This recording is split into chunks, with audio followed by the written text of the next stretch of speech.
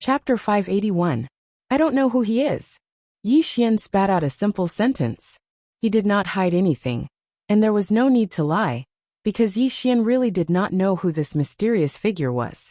Although he felt that the mysterious silhouette was extremely familiar, and had an extremely shocking guess that perhaps this mysterious silhouette was him. If Yi Xian were to say such a thing, even he himself wouldn't be able to believe it. Even you don't know who he is? Niwa muttered to herself. She did not think that Yi Xian was lying, because she could completely see from Yi Xian's eyes that Yi Xian was not lying to her. Everything was silent and everything was silent. The two of them stood in Niwa's palace in silence. After 2 hours, Niwa's fluctuating sacred light finally calmed down. A wisp of chaotic light once again covered her, and she once again sat cross-legged in the void. Through the sacred light, she looked at Yi Xian with an indifferent gaze once again. Yi Xian, you are the celestial emperor of the 3 realms. Since you have emerged victorious in this grand event, I can betroth the mystic maiden to you. But you must remember that you and the mystic maiden are the celestial emperor and mother of the celestial emperor.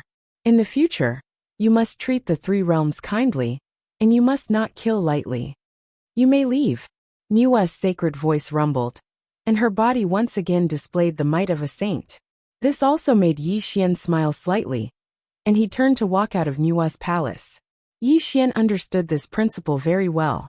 Even though Niwa had used this grand event to test him, and used him as a chess piece, he could only endure, because his cultivation level was not high enough to resist a saint. However, Yi Xian was not dispirited, nor was he discouraged. Although he could not speak to Niwa on an equal footing today, he remembered the karma that had formed in his heart. When the day came that he became a saint, sooner or later, he would find Niwa to settle today's matter. Rumble! The door to Niwa's palace opened, and Yi Xian slowly walked towards the outside world. However, his entire body emitted an indescribable aura. This aura contained an aura that would never admit defeat, and it also contained a trace of loneliness. There was also an indescribable aura hidden within it, causing his back to become somewhat unfathomable. Impossible. Suddenly, when Niwa looked at Yi Xian's departing figure, an extremely horrified look flashed across her eyes. Her originally majestic and unmoving figure trembled uncontrollably as she cried out in horror in her mind. What did Niwa see? Yi Xian's back was the same, and he had the same temperament. Apart from the lack of loneliness and sorrow, Yi Xian's back was extremely similar to the mysterious phantom. How could Niwa not be moved? Rumble! The door to the Niwa palace closed quickly. However, no one knew that in the saint's dojo, the chaotic light around Niwa was in disorder. The terrifying holy light rippled in all directions, and she fell into an extremely sluggish state. Impossible, absolutely impossible. How can there be 2 identical people in the world? Niwa trembled and cried out softly. She could not believe her own judgment. Her rosy face turned pale, and she kept pinching her fingers to calculate Yi Xian's future. However, what she saw was a fog, reversing the long river of time, returning from the future to the present, and having 2 of himself appear at the same time in the same time and space was simply nonsense. It was also a huge joke. If such a thing really happened, the way of heaven would collapse, and all things would be buried. The 6 paths of reincarnation would cease to exist, and the laws of time and space would completely collapse. This was an extreme horror, and also a horror that could bury the world. Fine beads of sweat appeared on Niwa's forehead. When she thought of such a legendary thing, her body and mind trembled to the extreme. However, she had a huge question in her heart. If the mysterious phantom was really Yi Xian's future, then why didn't such a great horror appear? Niwa could not understand and did not dare to think about it. This was the state of mind that Niwa was in at the moment. Impossible, absolutely impossible. This mysterious phantom is definitely not Yi Xian's future. If he is really Yi Xian's future body, when 2 of him appear at the same time in the same time and space, the way of heaven will definitely collapse. Even a saint will fall. Niwa trembled as she murmured. She finally came to a conclusion. Just as she said, the mysterious phantom that appeared was definitely not Yi Xian's future body. She was absolutely certain of her conclusion. However, was it really as Niwa thought? Was the appearance of the mysterious phantom really another person? No one knew the real answer. When would this mystery be solved? Perhaps it would also appear in the future. Wandering through the starry skies, the stars twinkled. The boundless sea of stars churned, and large stars rotated. Yi Xian did not know that after he left, Nua's mood had changed. He only knew that the karma between him and Nua had been formed. When he became a saint, he would definitely find Nua to settle today's karma. Yi Xian. Outside the Nua palace, the Empyrean fairy had been waiting for Yi Xian for a long time. When she saw Yi Xian walk out of the Nua palace, she immediately rode a magic cloud towards Yi Xian. From now on, you are this emperor's wife, and you will become the queen mother of the celestial court. When we return to the celestial court, this emperor will invite the powerhouses of the three realms to a banquet. We will choose a date to complete our marriage. Let's go, Yi Xian said calmly. He directly pulled the Empyrean fairy's slender hand and turned into a stream of light, heading towards the three realms. Flickering light and passing shadows, the world shuttled back and forth. When Yi Xian and the Empyrean fairy left the 33rd heaven, the two of them entered the endless clouds as well. The Empyrean fairy bit her lip gently as she followed behind Yi Xian. Something called feelings silently rose up in the Empyrean fairy's heart. The three realms were boundless. Within the endless clouds, Yi Xian's immortal light flowed, except his aura was extremely weak. The Empyrean fairy followed beside him silently, shrouding the two of them with the light of the great firmament from time to time. Yi Xian had experienced a battle between saints in the Nua Grand Gathering. Although the myriad poison ancestor had been slain by the mysterious figure in the end, Yi Xian was currently heavily injured. His cultivation had been reduced to less than a tenth. He urgently needed to return to the celestial court to heal. This was also when he was at his weakest. Congratulations to Yi Tiandi on marrying the Empyrean fairy. I'm impressed. Suddenly, the space shook and immortal light erupted. A figure silently blocked Yi Xian and the Empyrean fairy's path, which made Yi Xian's eyes darken. Cold killing intent flickered through the bottom of his eyes as he looked at the person who had come. The immortal elder of the South Pole. Yi Xian said each word clearly. His voice was cold and deep. He wore moon-white robes, had white hair and a white beard. He gave off the bearing of an immortal. Who else could he be but the immortal elder of the South Pole? Ever since the grand gathering in the Nua Palace had ended, the immortal elder of the South Pole had been waiting here since a long time ago, as he knew Yi Xian would definitely return to the celestial court from here. This was also the best opportunity for him to kill Yi Xian. Of course, the immortal elder of the South Pole knew his limits very well. If Yi Xian was in peak condition, he obviously would not be bold enough to kill Yi Xian, as he was absolutely certain that he was not Yi Xian's opponent in peak condition. However, the immortal elder of the South Pole also knew that Yi Xian was currently heavily injured from his battle with the myriad poison ancestor. He was completely unable to put up a fight, so this was the best opportunity for him to kill him. Perhaps some people would ask, why is the immortal elder of the South Pole so bold as to kill Yi Xian? Is he not afraid of the Tongtian's fury? Is he not afraid of the Empyrean fairy reporting this to Nua? The answer was no. Who was the immortal elder of the South Pole? He was the final disciple of Yuanshi Tianzuan, as well as the vice leader of the School of Enlightenment. After all, the School of Enlightenment had already been at odds with Yi Xian a long time ago. If he could kill Yi Xian while he was heavily injured, then he would have made a great contribution. Moreover, he had Yuanshi Tianzuan behind him, which was enough to fend off the fury of the other saints. This was also why the immortal elder of the South Pole was bold enough to kill Yi Xian. Chapter 582. The immortal elder of the South Pole was in existence at the 9th heavenly layer of Grand Immortal. Even among the Daoyuo Jingxian, he stood at the very apex. He was definitely a figure that could be revered as an ancestor. Both his background and heritage were extraordinary. He had white hair and a ruddy complexion, possessing an otherworldly bearing. Although the immortal elder of the South Pole gave off the feeling of a benevolent great immortal, he could be described as extremely vicious to his enemies. He definitely was not as kind as he seemed. Or why would he wait here to kill Yi Xian? At this moment, Yi Xian's eyes sank. He knew his own situation very well. Right now he was completely powerless to fight. Although the undying immortal scripture was extremely wondrous, and the immortal body of Grand Immortal was even more terrifying, the battle with the myriad poison ancestor had already exhausted him. He was not the immortal elder of the South Pole's opponent at all. As for the Empyrean fairy beside him, she was only at the 7th heavenly layer of Grand Immortal. She could not stop the immortal elder of the South Pole at all. Immortal elder of the South Pole, what are you doing? The Empyrean fairy rebuked coldly. She was not a stupid woman, so she could obviously tell what the immortal elder of the South Pole was trying to do. This also made the Empyrean fairy panic.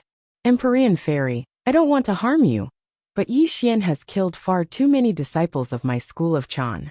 He must die today, the immortal elder of the South Pole said coldly, leaving no room for negotiation. You want to kill him? Have you asked for my permission? The immortal light of Grand Immortal suddenly surged as the Empyrean fairy rebuked coldly. The ancient mirror of Kunlun appeared. Clearly, the Empyrean fairy dared not be careless at all against a peak Grand Immortal like the immortal elder of the South Pole. She was even prepared to put her life on the line. Back down, Empyrean fairy. Suddenly, before the Empyrean fairy could do anything, Yi Xian took a step forward and directly blocked in front of the Empyrean fairy. This also made the Empyrean fairy's face change slightly, as she knew that Yi Xian was heavily injured. He was not the immortal elder of the South Pole's opponent at all. Yi Xian, you, stand down. Without waiting for the Empyrean fairy to speak, Yi Xian spoke calmly. Then, he looked at the South Pole immortal Wang, and a strange smile appeared on his face. You want to kill me? Yi Xian asked darkly. What do you think? South Pole immortal Wang sneered, looking at Yi Xian, as if he was looking at a dead man. Aren't you afraid that if you can't kill me, I'll exterminate your entire Chanism? Yi Xian placed his hands behind his back, and his voice became calmer. However, a cruel and sinister look flashed across his eyes. Clearly, he was not just saying it. He had long thought of exterminating the Chan school. Haha. Upon hearing Yi Xian's words, the South Pole immortal Wang laughed maniacally. He looked at Yi Xian, as if he was looking at an idiot. Yi Xian, do you think you have a chance to leave this place alive? Ha! Yi Xian laughed. However, his laughter was extremely strange. This had the South Pole immortal Wang stunned as well, wondering why Yi Xian was laughing. A worthy younger brother, are you still not coming out? Suddenly, Yi Xian's voice reverberated through the clouds, as though he had already discovered the existence of someone. Ching! Ripples appeared in the air as they spread out. A golden light was born in the air, and a slender figure appeared as he looked at Yi Xian with a bitter smile. Rock Demon? The South Pole immortal Wang yelled out. That initially rosy face of his turned pale, and his eyes were filled with seriousness. Big bro, you're seriously injured, and yet you can still sense the existence of little bro. Little bro, I'm impressed. Rock Demon cupped his fists and bowed to Yi Xian. Cut the crap. Big bro can only rely on a worthy younger brother for this calamity. Consider this as me owing you a favor, Yi Xian said coldly. Yi Xian knew very well what kind of person Rock Demon was. Although the two hadn't known each other for long, Yi Xian knew that this guy was someone who wouldn't do anything without benefits. Regardless of why Rock Demon was waiting for him, he naturally knew what to do after making a promise to him. Rock Demon's eyes lit up when he heard Yi Xian's words. A hint of joy flashed through his eyes, and he pretended to grumble. Big bro, you must be joking. You and I are brothers. How can a worthy younger brother just stand by and watch when Big bro is in trouble? After Rock Demon said that, he suddenly turned to look at the South Pole immortal Wang. The smile on his face was no longer there, and a sinister smile had appeared on his lips. South Pole immortal Wang, are you going to scram on your own, or do you want me to personally send you on your way? The South Pole immortal Wang's face turned gloomy when he saw Rock Demon's interference. He said coldly, Rock Demon, you have to think this through. Helping Yi Xian today is going against my Chan school. I'm afraid you won't be able to bear this karma. Rock Demon's expression changed slightly when he heard the South Pole immortal Wang's words. Clearly, he understood that the South Pole immortal Wang was not joking. After all, He was a disciple of Yuanshi Tianzuan and had the backing of a saint. Although he could make Yi Xian owe him a favor by helping Yi Xian, it would also greatly offend the Chan school. Kill him. Just as Rock Demon was hesitating, Yi Xian's cold voice sounded from behind him. This caused Rock Demon's eyes to calm down. He abandoned the hesitation in his heart, and his cultivation of the 9th level of the All-Heaven Immortal stage exploded forth. Damn you, Rock Demon. I'll remember this. I'll definitely settle this with you in the future. The old man of the South Pole angrily roared. He fiercely glared at the Rock Demon and directly flew away on a magic cloud. It was obvious that he didn't want to fight with the Rock Demon, so he could only give up on this excellent opportunity to kill Yi Xian. It was not that the South Pole Immortal Wang was afraid of Rock Demon, nor was it that he was weak. After all, both of them were existences at the 9th heavenly layer. He was also a disciple of Yuanshi Tianzuan and an orthodox Taoist great immortal. However, if he really fought Rock Demon, Yi Xian would definitely escape. This battle would be meaningless. Since Rock Demon had interfered, and the South Pole Immortal Wang could not kill Yi Xian, there was naturally no need for him to stay. He could only leave on his cloud. At least you're aware of your own limitations. Rock Demon sneered as he watched the South Pole Immortal Wang leave. Then, he slowly walked towards Yi Xian with a fawning expression. Big brother. Yi Xian, be careful. That old fox Rock Demon is definitely not a good person, the Empyrean Fairy secretly transmitted. She was afraid that Rock Demon would launch a sneak attack on Yi Xian. Unfortunately, the Empyrean Fairy did not know that. She said that Rock Demon was not a good person, but she might have forgotten that Yi Tiandi, the man she was about to marry, was not a good person either. He was an extremely cruel person. A worthy younger brother, you did well. Why don't you return to the Celestial Court with me? Yi Xian was not on guard at all. Instead, a kind smile appeared on his face. He even patted Rock Demon's shoulder affectionately, as if he really treated him as a brother. How could I refuse Big Brother's invitation? Rock Demon replied with a fawning smile. All right. Yi Xian's face was full of smiles as he looked at Rock Demon's harmless appearance. Then, the three of them set off together and returned to the 33rd level of the Heavenly Court. With Rock Demon's protection, Yi Xian's return to the Celestial Court was extremely smooth. However, a few people with ulterior motives had all hidden away. Clearly, Yi Xian's Heavenfall halberd had attracted the greed of many great masters. They wanted to take advantage of the chaos and take advantage of the situation. However, Rock Demon's appearance completely cut them off. In just a few days, Yi Xian's group of 3 had already seen the vast scenery of the 33rd heaven. Chapter 583. In front of the southern heavenly gate, the 4 heavenly kings were stationed here, and there were even heavenly soldiers and heavenly generals patrolling the area.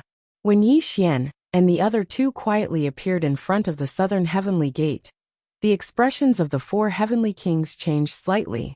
Just as they were about to berate them, they saw Yi Xian's appearance, causing them to retract their words. Greetings, Celestial Emperor. The 4 heavenly kings hurriedly bowed with a hint of surprise in their eyes. Yi Xian was covered in blood, clearly having experienced an unimaginable battle. What made the 4 heavenly kings even more bewildered was that the man and woman beside Yi Xian were both emitting zenith heaven immortal light, giving them a pressure that was as heavy as mountains and seas. Gather the immortals for a meeting at Lingxiao Hall. Yi Xian didn't waste any words as he directly crossed the southern gate of heaven and headed towards the Lingxiao Hall. Rock Demon and the 9 heavens maiden quickly followed. The 4 heavenly kings bowed and received their orders. They even rang the 81 bells, causing the 33 heavenly courts to completely move. Bullfighting Palace, Lingxiao Hall. The celestial court was shaken by the dazzling light. When Yi Xian returned to the celestial court, the 33 courts were completely mobilized. Countless immortals from all over the celestial court hurried to Lingxiao Hall. Inside Lingxiao Hall, Yi Xian didn't change out of his blood-red clothes and just sat on the heavenly emperor's throne. Rock Demon and the 9 heavens mysterious maiden stood on his left and right. When the various immortals entered the Lingxiao Hall one after another, everyone's eyes were filled with bewilderment. Celestial Emperor, is this Her Highness Empyrean Fairy? Shen Gongbao first bowed to Yi Xian, then looked at the Empyrean Fairy in surprise. Clearly, this was what the immortals of the Celestial Court wanted to say. Qi. Yi Xian threw the celestial extinguishing sword into Shen Gongbao's hand. Then Yi Xian said, I've successfully brought the Empyrean Fairy back to the Nuwa Palace. From today onwards, you can call the Empyrean Fairy the Queen Mother. I'll marry the Mystic Fairy on a certain date, and I'll invite mighty figures from all over the 3 realms. Hearing Yi Xian's words, the immortals of the Celestial Court were overjoyed. They bowed to Yi Xian and the Empyrean Fairy, and chanted the names of the Celestial Emperor and Empress, causing the entire Lingxiao Hall to rumble. Celestial Emperor, this fellow Taoist is? Shen Gongbao asked. Obviously, the identity of the Empyrean Fairy had been made clear. However, Rock Demon was not recognized by Shen Gongbao and the others. Haha. Without waiting for Yi Xian's introduction, Rock Demon laughed loudly. Then he cupped his hands to the Celestial Court immortals and said, Taoist Rock Demon greets fellow Taoists of the Celestial Court. When Rock Demon's words fell, the Lingxiao Hall suddenly fell silent. Only the sound of gasps could be heard. Although they did not know Rock Demon, they had heard of his legend. Taoist Rock Demon was a terrifying existence at the 9th heavenly layer of Daliao. He was definitely a revered figure in the 3 realms.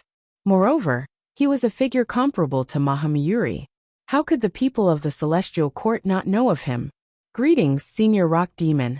Shen Gongbao bowed. This caused the others to quickly wake up and express their respect to Rock Demon. This was because standing before them was a figure at the 9th heavenly layer of Daliao.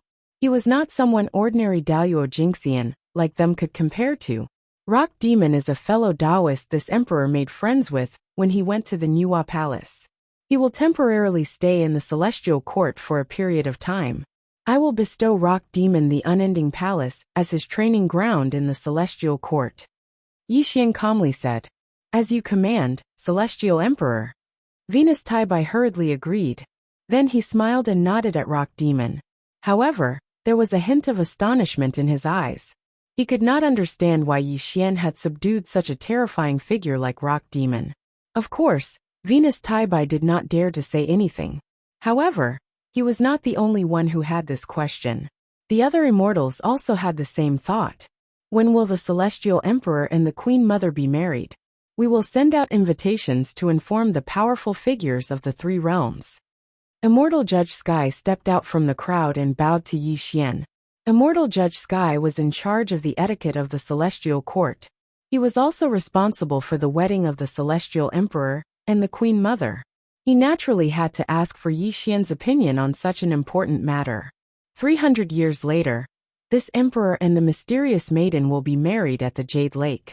This will also be a grand occasion of the Celestial Court. Yi Xian said softly. Immortal Judge Sky bowed and left the Lingxiao Hall. Clearly, he wanted to write a decree of the Celestial Court to inform the 3 realms. He also wanted to send out many invitations to the various powers of the 3 realms. After all, the Celestial Court was nominally the ruler of the 3 realms. The wedding of the Celestial Emperor and the Queen Mother was no small matter. Mysterious Maiden, from now on, your dojo will be the Jade Lake Sacred Ground. As the Queen Mother of the Celestial Court, you will be the Queen Mother of the 3 realms. During this time, you can also learn more about the Celestial Court. When this emperor comes out of seclusion in 300 years, you and I will be married, Yi Xian said solemnly. Hearing Yi Xian's words, the Empyrean Fairy nodded. A blush appeared on her beautiful face. However, she was secretly delighted like a young girl. A worthy younger brother Peng Demon, stay in the Unending Hall for now. Once this emperor comes out of seclusion, we'll talk again in detail. Go ahead and enter seclusion, big brother. If anyone dares to make trouble for the Celestial Court, I'll definitely make sure they don't leave alive. The Peng Demon clasped his hands. All right. Then I'll be troubling a worthy younger brother for this period of time. Yi Xian smiled. Half a day passed. Yi Xian explained a few things to the immortals of the Celestial Court. He even told the Empyrean Fairy and the Peng Demon that they could ask Venus Taibai to take care of anything. Only then did the meeting in the Lingxiao Hall come to an end. Rumble. The entrance to the bullfighting palace closed with a rumble. Under the respectful gazes of the immortals, Yi Xian vanished from the bullfighting palace. Clearly, after his battle with the myriad poison ancestor, he was going into seclusion to heal. He would only emerge from the bullfighting palace again in 300 years. In the bullfighting palace, Yi Xian sat with his legs crossed as the undying immortal scripture circulated rapidly in his body. The immortal light of the great firmament surged gently around him. Clearly, he was repairing his wounds. Huff! A stream of foul air exhaled, and Yi Xian slowly opened his eyes. Although he could heal extremely quickly with the assistance of the 9 cycles golden pill and the peach of immortality, it would still take him a century at the very least. This demonstrated just how heavily injured Yi Xian had been in the battle with the myriad poison ancestor. As long as the true spirit exists, half-saints will never die. Yi Xian murmured. He thought about what the myriad poison ancestor had said in the Nuwa Palace, and a smear of sternness appeared in the bottom of his eyes. The myriad poison ancestor has only just become a half-saint, yet his cultivation is already so terrifying. Then wouldn't the half-saints who have lived for countless years be unimaginably powerful? Yi Xian let out a long sigh. He felt extremely pressured, just like how one knew one's own matters best. Although the myriad poison ancestor had been reduced to ashes in the grand gathering of the Nuwa Palace, Yi Xian knew his limits. He had not personally killed the myriad poison ancestor, but the mysterious figure. Even when he used the 7 slaughtering halberds of the chaotic heavens, he only managed to shatter the myriad poison ancestor's body.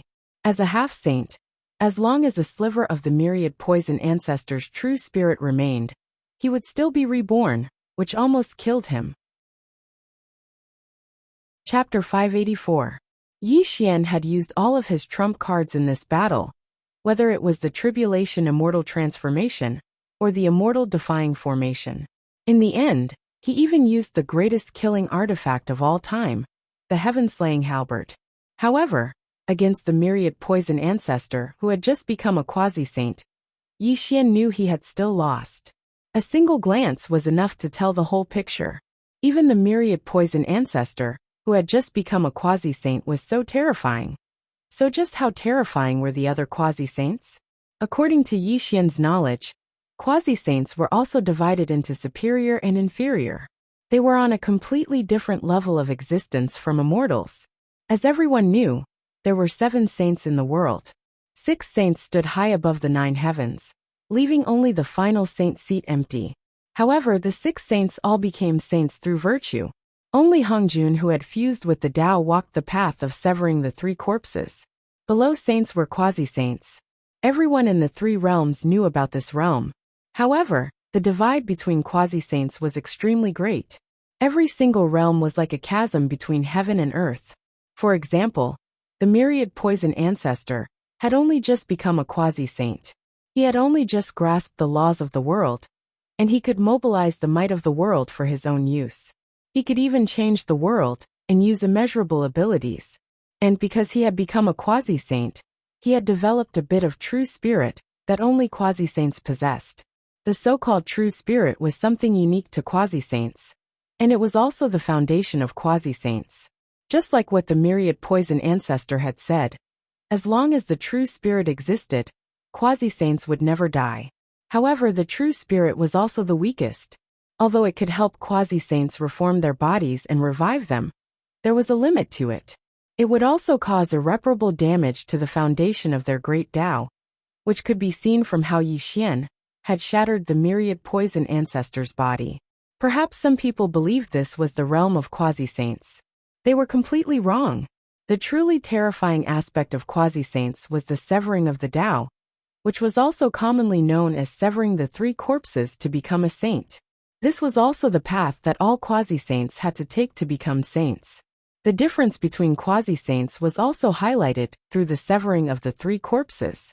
As mentioned before, apart from Tao Father Hongjun, who had fused with the Tao and walked the severing the 3 corpses to become a saint, the 6 saints of the world had all become saints through virtue. The 7th saint had yet to be found. But if he had become a saint through virtue, coupled with primordial qi and the fate of the heavenly Tao, he should have been able to become the final saint. If the seventh saint was born, then wouldn't the other saints have no chance of becoming a saint?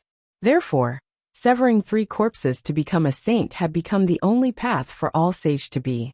This was also the only opportunity left by Tao ancestor Hongjun for all beings to become a saint. After all, Tao ancestor Hongjun had severed the 3 corpses to become a sage. This gave all the quasi-sages a glimmer of hope. The quasi-saint realm. For those who had just entered the sage-to-be realm, their physical bodies would be flawless and untainted by the mortal world. A little bit of true spirit would be born, and the true spirit would be perfectly combined with the physical body. This was also the first realm of the sage-to-be realm, which was also known as the untainted realm. The myriad poison ancestor was at this realm of cultivation. However, before he could fully master the untainted realm, he ran into the great anomaly that was Yi Xian. In the end, he was reduced to ashes. Only after reaching the large success stage of the stainless boundary would one's body and true spirit be perfect and flawless. Only then would one be able to step into the next boundary. And this boundary had caused the souls of countless quasi-sages to scatter and dissipate between heaven and earth. This realm was divided into 3 stages, which was the legendary method of severing 3 corpses to attain sainthood. Good corpse, evil corpse, self. This was the path of the severing 3 corpses. There was no distinction between the 3 realms, nor was there any difference between them. With every corpse severed, one's cultivation would undergo an extremely terrifying transformation. It was not something regular quasi-saints could compare to. For example, for a quasi-saint like the myriad poison ancestor, as long as one severed a corpse, killing him would be as easy as slaughtering a chicken. This was the difference between quasi-saints. For the severing 3 corpses, quasi-saints could choose which corpse to sever, but most people would choose to sever the evil corpse first, as severing the evil corpse was also the easiest obstacle. However, there were also people who severed the good corpse first. As everyone's cultivation was different, whether they severed the good corpse or the evil corpse first depended on the person. However, without any exception, the self was the most difficult to sever, as severing the self was equivalent to killing oneself. Apart from Tao ancestor Hongjun, who had successfully severed the 3 corpses, who knew how many quasi-saints had died in this obstacle since the creation of the world. Look at the Saint Lao Tzu. In the past, before he had reached sainthood, he had also taken the path of severing the 3 corpses to become a saint. But in the end, he was also stuck at the obstacle of severing the self. In the end, he could only become a saint through virtue. However, it was also because Lao Tzu had once taken the path of severing the 3 corpses that he had created a great ability that resounded through the 3 realms. It was called the 3 purities with 1 qi. The 3 purities were not the 3 purities. It was Lao Tzu's strongest ability, which allowed him to conjure 2 avatars to fight alongside him. It had even repelled Tong Tian in the War of Investitures of Gods, which demonstrated the terror of the 3 purities with 1 qi. Let's go off topic a little. Back to the severing 3 corpses. The 3 corpses sounded simple, but no one could tell how terrifying it was. Every single quasi-saint would experience the great terror of being on the brink of death when they severed a corpse. If they made a mistake, they would even face the danger of being reduced to ashes. However, if they could successfully sever a corpse, their cultivation would definitely improve drastically. This was also an insurmountable gap between quasi-saints. Unfortunately, ever since the creation of the world, there had been barely anyone who could sever a corpse, and the number of people who could sever 2 corpses of good and evil could be counted with 10 fingers. However, there had never been anyone who could sever 3 corpses to become a saint. This also demonstrated just how difficult the path of severing 3 corpses to become a saint was. In the grand meeting of the Nuwa Palace, Yi Xian had fought the myriad poison ancestor. He had only just reached quasi-saint, not even reaching unsullied, let alone reaching severing 3 corpses. However, the myriad poison ancestor had given Yi Xian the threat of death. Understanding his own body and looking ahead, Yi Xian knew that sooner or later, He would have to face those quasi-saints who had stepped into the severing three corpses realm. With his current cultivation, he wouldn't be placed in the eyes of these quasi-saints, let alone these quasi-saints who had severed three corpses. Even those who had just reached quasi-saint were not existences he could stop. And Yi Xian had a feeling that the mysterious figure that had appeared in the grand meeting of the Nuwa Palace could not save him every single time. There must have been a great reason for his appearance. He could not appear in this space-time at all times. If Yi Xian relied on the mysterious figure to save him every single time he faced life-threatening danger, he would call himself an idiot. Breathe in. Breathe in. Breathe in. Yi Xian suppressed his distraught thoughts, and once again began to heal his heavily injured body. He knew that he was too far away from the quasi-saint realm, and that he was also walking the path of strength.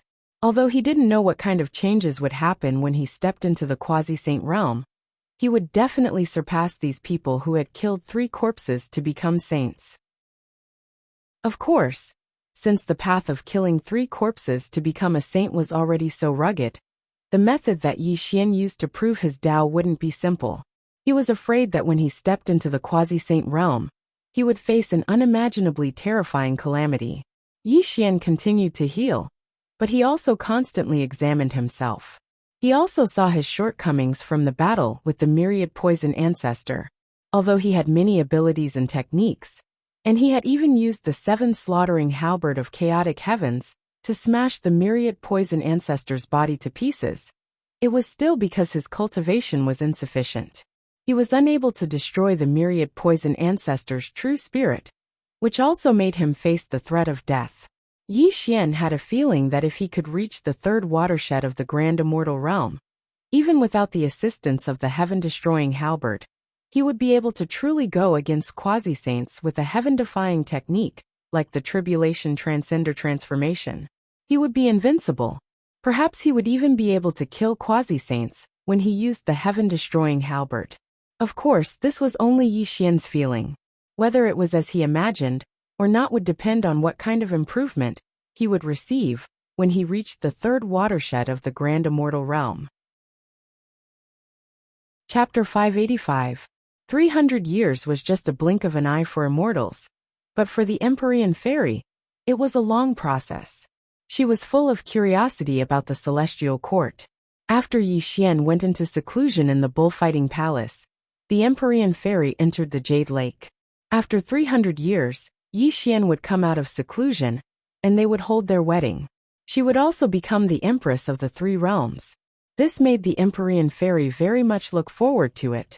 Every time she thought about marrying Yi Xian, even the Empyrean Fairy felt her heart was pounding and she felt shy.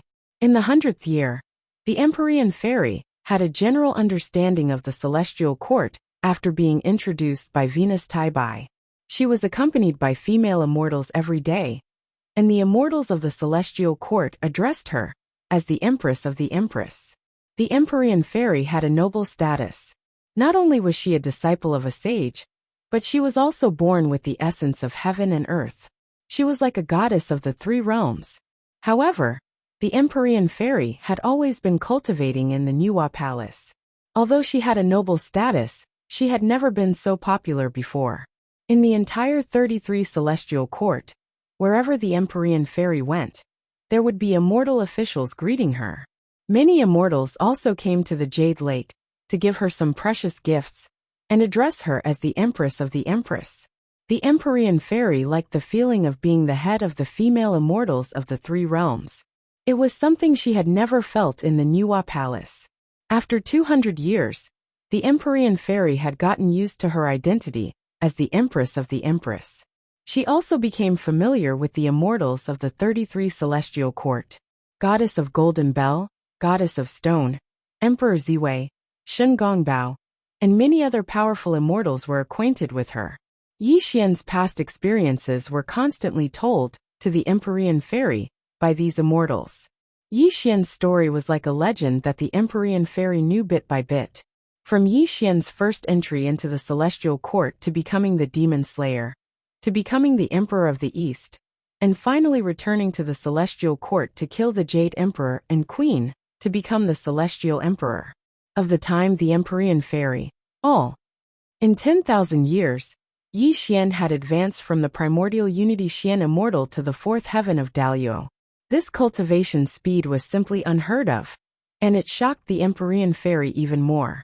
Yi Xian's story was constantly told to the Empyrean Fairy, but there was one thing that the Immortals did not dare to tell her, and it was the entanglement between Yi Xian and the goddess of Moon Palace. Anyone who had followed Yi Xian for a long time knew that the relationship between the goddess of Moon Palace and Yi Xian was not ordinary. In the Battle of the Celestial Court, the goddess of Moon Palace was taken away by Quafu, which cut off the entanglement between the two. Of course, the Immortals would not tell the Empyrean Fairy about this. If the Empyrean Fairy knew what had happened between Yi Xian and the goddess of Moon Palace, there would be more trouble out of nowhere. After all, everyone knew that Yi Xian had once said that the goddess of Moon Palace was his woman. If the Empyrean Fairy heard this, wouldn't the Immortals be extremely stupid? Of course, there was no wall in the world that did not have a crack, and paper could not wrap fire. What was more, the 33rd Celestial Court was extremely vast. Even though the Immortals of the Celestial Court kept their mouths shut, there would always be some celestial soldiers, celestial generals, and celestial officials who would occasionally gossip about this matter. The Jade Pool of the Celestial Court. Thousands of auspicious chi and celestial clouds were swirling in the clear blue pool. Several koi fish were chasing and playing in the pool, and several fairies were scattering fish food around the pool, laughing and chatting. Hee hee. I thought the goddess of Moon Palace would be the Queen Mother. Who would have thought that the Celestial Emperor would marry the Empyrean Fairy? A fairy was feeding the koi fish in the lake, and giggling to her sisters beside her. She'll keep your voice down. A fairy in purple changed her pretty face, and hurried to look around. Then she let out a sigh of relief, and said in a slightly reproachful tone, "Don't mention this again. If the Queen Mother hears this, won't you be punished?" "Oh sister, what are you talking about? The Empyrean Fairy and the Celestial Emperor are not married yet. She is not the Queen Mother yet. Besides, everyone knows about the relationship between Yi Tiandi and the goddess of Moon Palace. I'm afraid the Empyrean Fairy will know the truth sooner or later." Hee hee. If the Empyrean Fairy knows about the relationship between Yi Tiandi and the goddess of Moon Palace, will she leave the Celestial Court in a fit of anger? Another fairy laughed and said, "You little girls are just gossiping. Let's not talk too much about the Celestial Emperor's family matters." An older fairy laughed and scolded, but there was a hint of ridicule in her tone. Clearly, these fairies were either taking care of the Jade Lake, or gossiping about the secrets of the Celestial Court. Naturally, they were very interested in the relationship between Yi Xian, the goddess of Moon Palace, and the Empyrean Fairy. But to be honest, when the Jade Emperor and Fairy Guanghan were about to get married, Celestial Emperor Yi stepped into the sky and fought with the Jade Emperor. Thinking about that scene, I still remember it vividly. One of the fairies said longingly, her eyes full of adoration, "Buzz." Suddenly, as soon as the fairy finished speaking, the entire Jade Lake suddenly became cold, and the temperature dropped rapidly. Even the lake water in the Jade Lake quickly froze. "Tell me, what is the relationship between the goddess of Moon Palace and Yi Xian?" A cold and lonely figure walked in from outside the Jade Lake. When the Empyrean Fairy's face entered the eyes of these fairies, all of their faces turned pale. They knelt down on the ground, their delicate bodies trembling slightly. "Queen Mother, please forgive us. We were just talking nonsense." Looking at their frightened faces, the Empyrean Fairy smiled. However, her smile was extremely cold. Her fists were clenched tightly, proving just how unsettled she was. "As long as you tell me the truth, I will not blame you." After all, the Empyrean Fairy was a terrifying existence at the seventh heaven of Daluo. When she revealed a bit of her power, the fairies who were kneeling on the ground trembled. How would they dare to hide anything? They told her everything about the past between Yi Xian and the goddess of Moon Palace. Half a day passed, and the entire Jade Lake turned even colder. It was as if the entire world had been frozen. However, the Empyrean Fairy did not make things difficult for these fairies. She even allowed them to leave the Jade Lake. Within the Jade Lake, the Empyrean Fairy's face was cold. Her Daluo immortal aura was extremely chaotic. She clenched her fists and gritted her teeth. She had never thought that she would be kept in the dark like a fool. So, everyone knows about the relationship between Yi Xian and the goddess of Moon Palace. I'm the only one who doesn't know anything, the Empyrean fairy said coldly. A bitter feeling was growing in her heart. Yi Xian, you bastard. Since you already have the goddess of Moon Palace, why do you still want to marry me? The Empyrean fairy bit down on her lips. Her voice was filled with indignation and anger. The Empyrean fairy was jealous. She was so jealous that she had knocked over the jar of vinegar. An extremely uneasy feeling was growing in her heart. The master of the Moon Palace, the goddess of Moon Palace. How could the Empyrean fairy not know? Chapter 586. The goddess of the three realms, the saintess of the sorcerer tribe, and the number one fairy of the three realms. These were the titles of the fairy of Guanghan. She was also known as the most beautiful woman in the three realms. Although the Empyrean fairy was known to be on par with the fairy of Guanghan, she was only on par with her. She was still below the fairy of Guanghan. In the past, the Empyrean fairy did not care about these things, because she always thought that the fairy of Guanghan could not be compared to her. She was superior to the fairy of Guanghan in terms of cultivation and foundation. As for the fairy of Guanghan's so-called appearance, she had never seen it.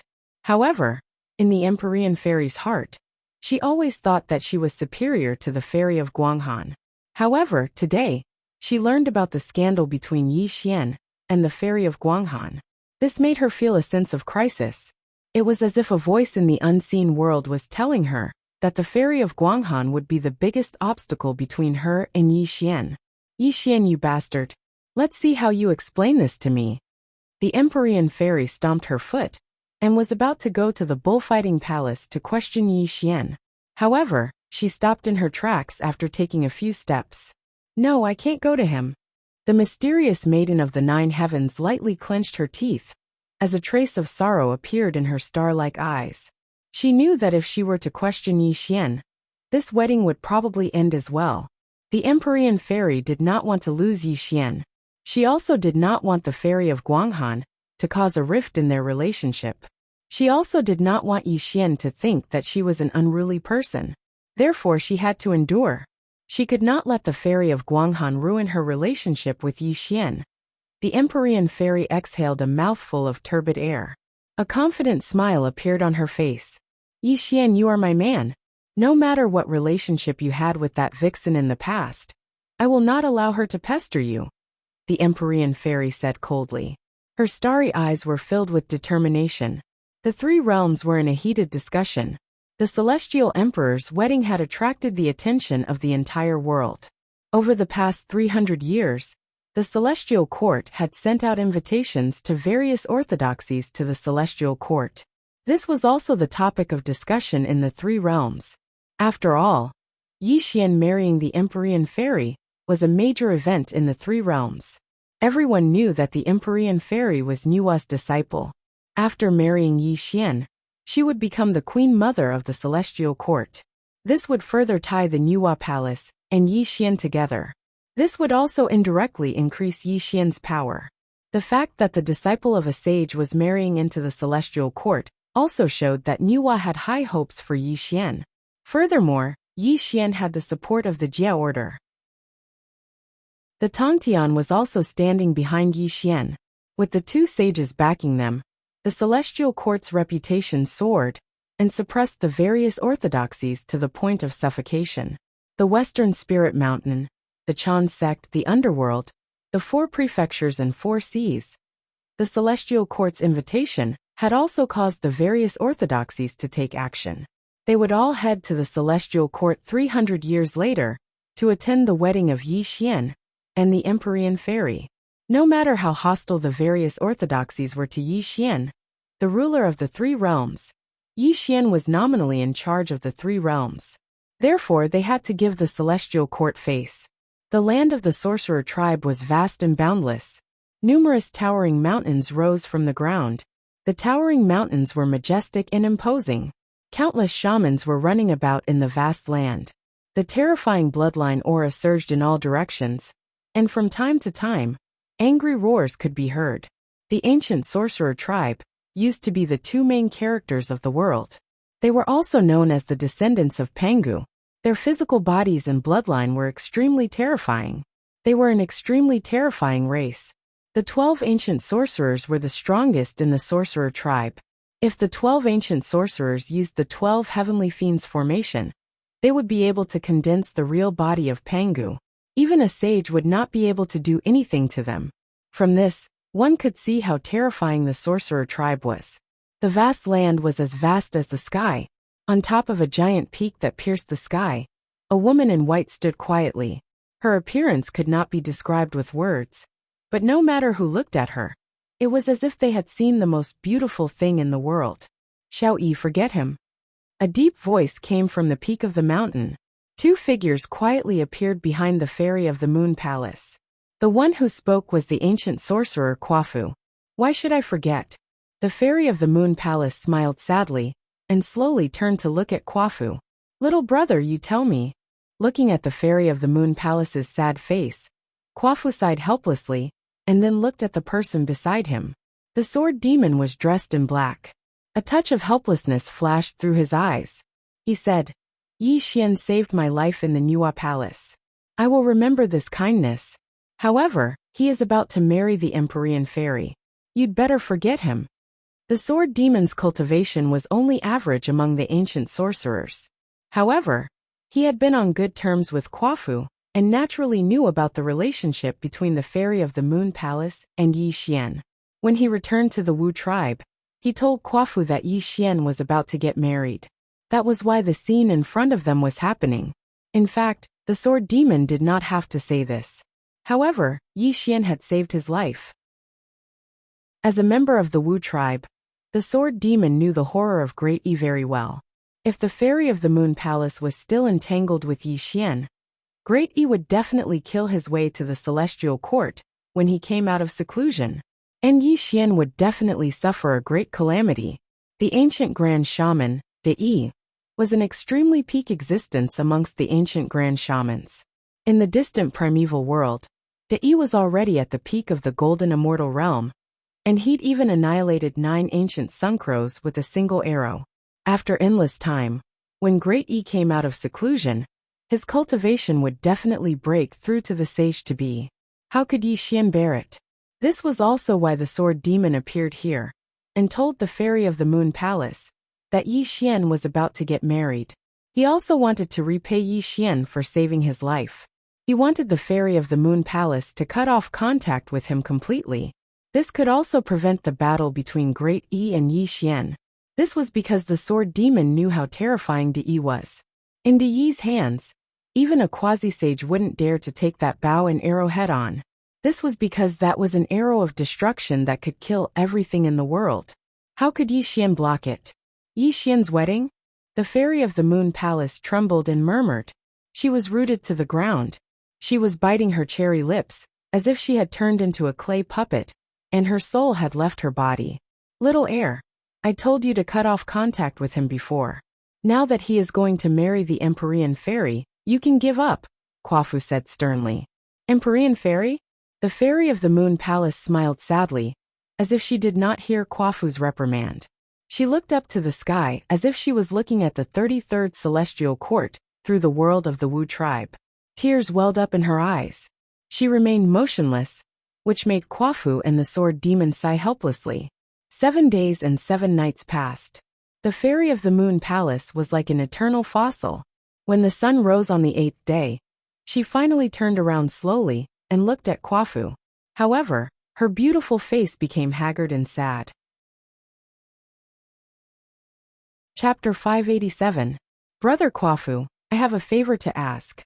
Fairy of the moon palace bowed to him. Her voice was so dry that there was no anger at all. Seeing his sister like this, Kwafu clenched his fists, as if he knew what the fairy of Guanghan wanted to say.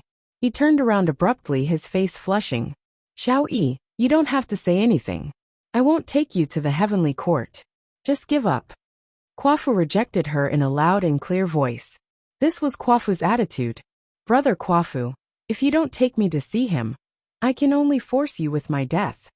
Suddenly, the fairy of the moon palace's aura surged. Her pale and haggard face flushed. She was going to kill herself here. Little sister, are you crazy? Kwafu turned around abruptly. His eyes were as red as blood. He gritted his teeth and looked at the fairy of the moon palace with a complicated expression. Brother, I just want to see him for the last time. After this, I will never see him again. Please grant me my wish. The fairy of the moon palace knelt on the ground, tears flowing down her cheeks. Seeing the fairy of the moon palace being so humble to him, Kwafu trembled both physically and mentally. His heart was in extreme pain. Sister, you knelt to me just to see him. Why did you become like this? Don't you know? I brought you back to the ancestors' land for your own good. If he comes out and sees you like this, he will not let Yi Xian go. Kwafu growled. Brother, he is going to get married.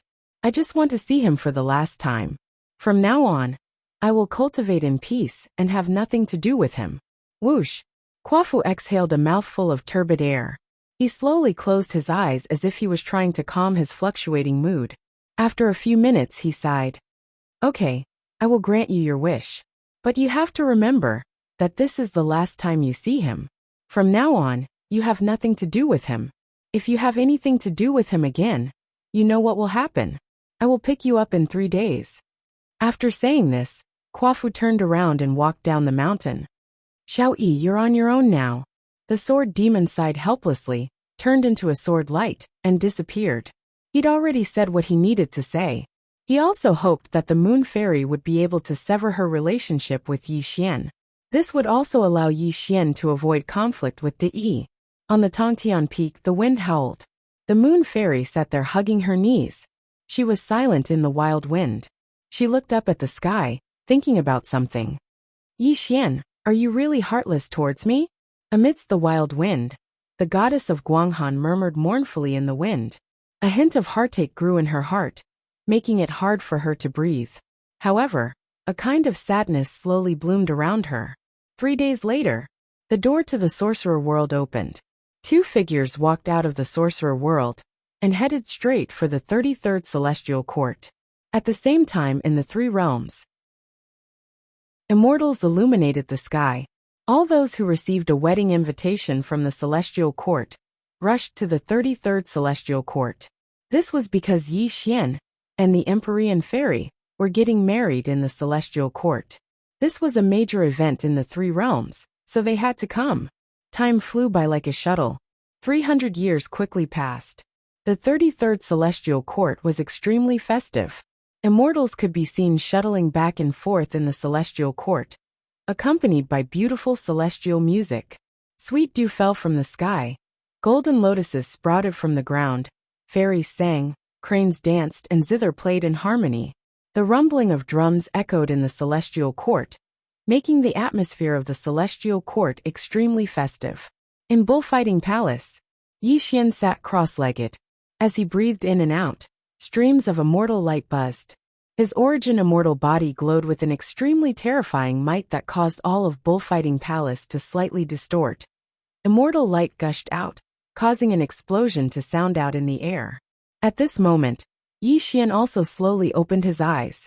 A trace of disappointment blossomed in his eyes. The recovery speed of the Daluo immortal body was extremely terrifying. In just a mere 100 years, Yi Xian had recovered to his peak. However, Yi Xian didn't immediately come out of seclusion. Instead, he continued to cultivate, hoping to increase his cultivation and reach large success in the Daluo immortal body. With the help of the Peach of Immortality Golden Pill and the cultivation method of the Undying Immortal Scripture, Yi Xian was able to reach the 5th heaven of Origin Immortal Realm in 300 years. However, he was unable to reach mastery of the Origin Immortal Body, leaving Yi Xian extremely disappointed. But in these 300 years of seclusion, Yi Xian understood one thing. If he wanted to reach mastery of the Origin Immortal Body, he would have to spend an endless amount of time cultivating. In order to allow the Zenith Heaven Immortal Body to reach the large success stage, it would require an enormous amount of luck. This was because in Yua's palace, Yi Xian had also borrowed the power of the Sun True Fire to improve the Zenith Heaven Immortal Body. Now the origin immortal body was only one step away from mastery, but this step was extremely difficult. No matter how hard Yi Xian cultivated, he could not complete this last step. As for reaching the fifth heaven of origin immortal realm, this did not surprise Yi Xian at all. After all, with the peach of immortality golden pill and 300 years of bitter cultivation, if he still could not reach the fifth heaven of origin immortal realm, Yi Xian would feel that he was a joke. However, Yi Xian wasn't satisfied with this kind of cultivation speed. The so-called fifth stage of the Great Luo stage only increased his cultivation by a little. Only by breaking through to the third stage of the Great Luo stage would he be able to have a qualitative increase. Perhaps some people would ask, with the Calamity Immortal technique in hand, Yi Xian could completely devour other people's cultivation and quickly break through to his current realm. Why didn't he use the Calamity Immortal technique to devour other people's Dao fruits? In fact, the reason was very simple. Although the Tribulation Transcenda art was heaven-defying and could devour the cultivation of others for one's own use, there was a limit. When Yi Xian was an all-heaven golden immortal, he naturally increased his cultivation by devouring Daluo Jingxian very quickly. But now, his cultivation was at the second heaven of origin immortal realm. Even if he devoured ordinary Daluo Jingxian, it would only be a drop in the bucket for his cultivation growth. If he wanted to quickly increase his cultivation and break into the third heaven of origin immortal realm, only the peak of the origin immortal realm could give him some help. But for Yi Xian's current cultivation, the improvement was not obvious. Yi Xian had always had an ambition. If he could devour the cultivation of a quasi-sage, he could immediately break into the third heaven of origin immortal realm, and even reach the ninth heaven of origin immortal realm. If Yi Xian's cultivation could reach the peak of the origin immortal realm, he would have great confidence in fighting a quasi-sage, after using a heaven-defying technique, like the Tribulation Transcender transformation. Unfortunately, he was not the myriad poison ancestor's opponent in the battle against him in the Nuwa Palace 300 years ago. If the mysterious figure had not appeared and killed the myriad poison ancestor, he definitely would have died, let alone devouring the myriad poison ancestor's cultivation of the myriad poison ancestor. As a result, Yi Xian was currently in an extremely awkward situation. If he devoured Daluo Jingxian, he would definitely attract the attention of the three realms. After all, every single Daluo Jingxian was not a pig or a dog that could be slaughtered as he wished.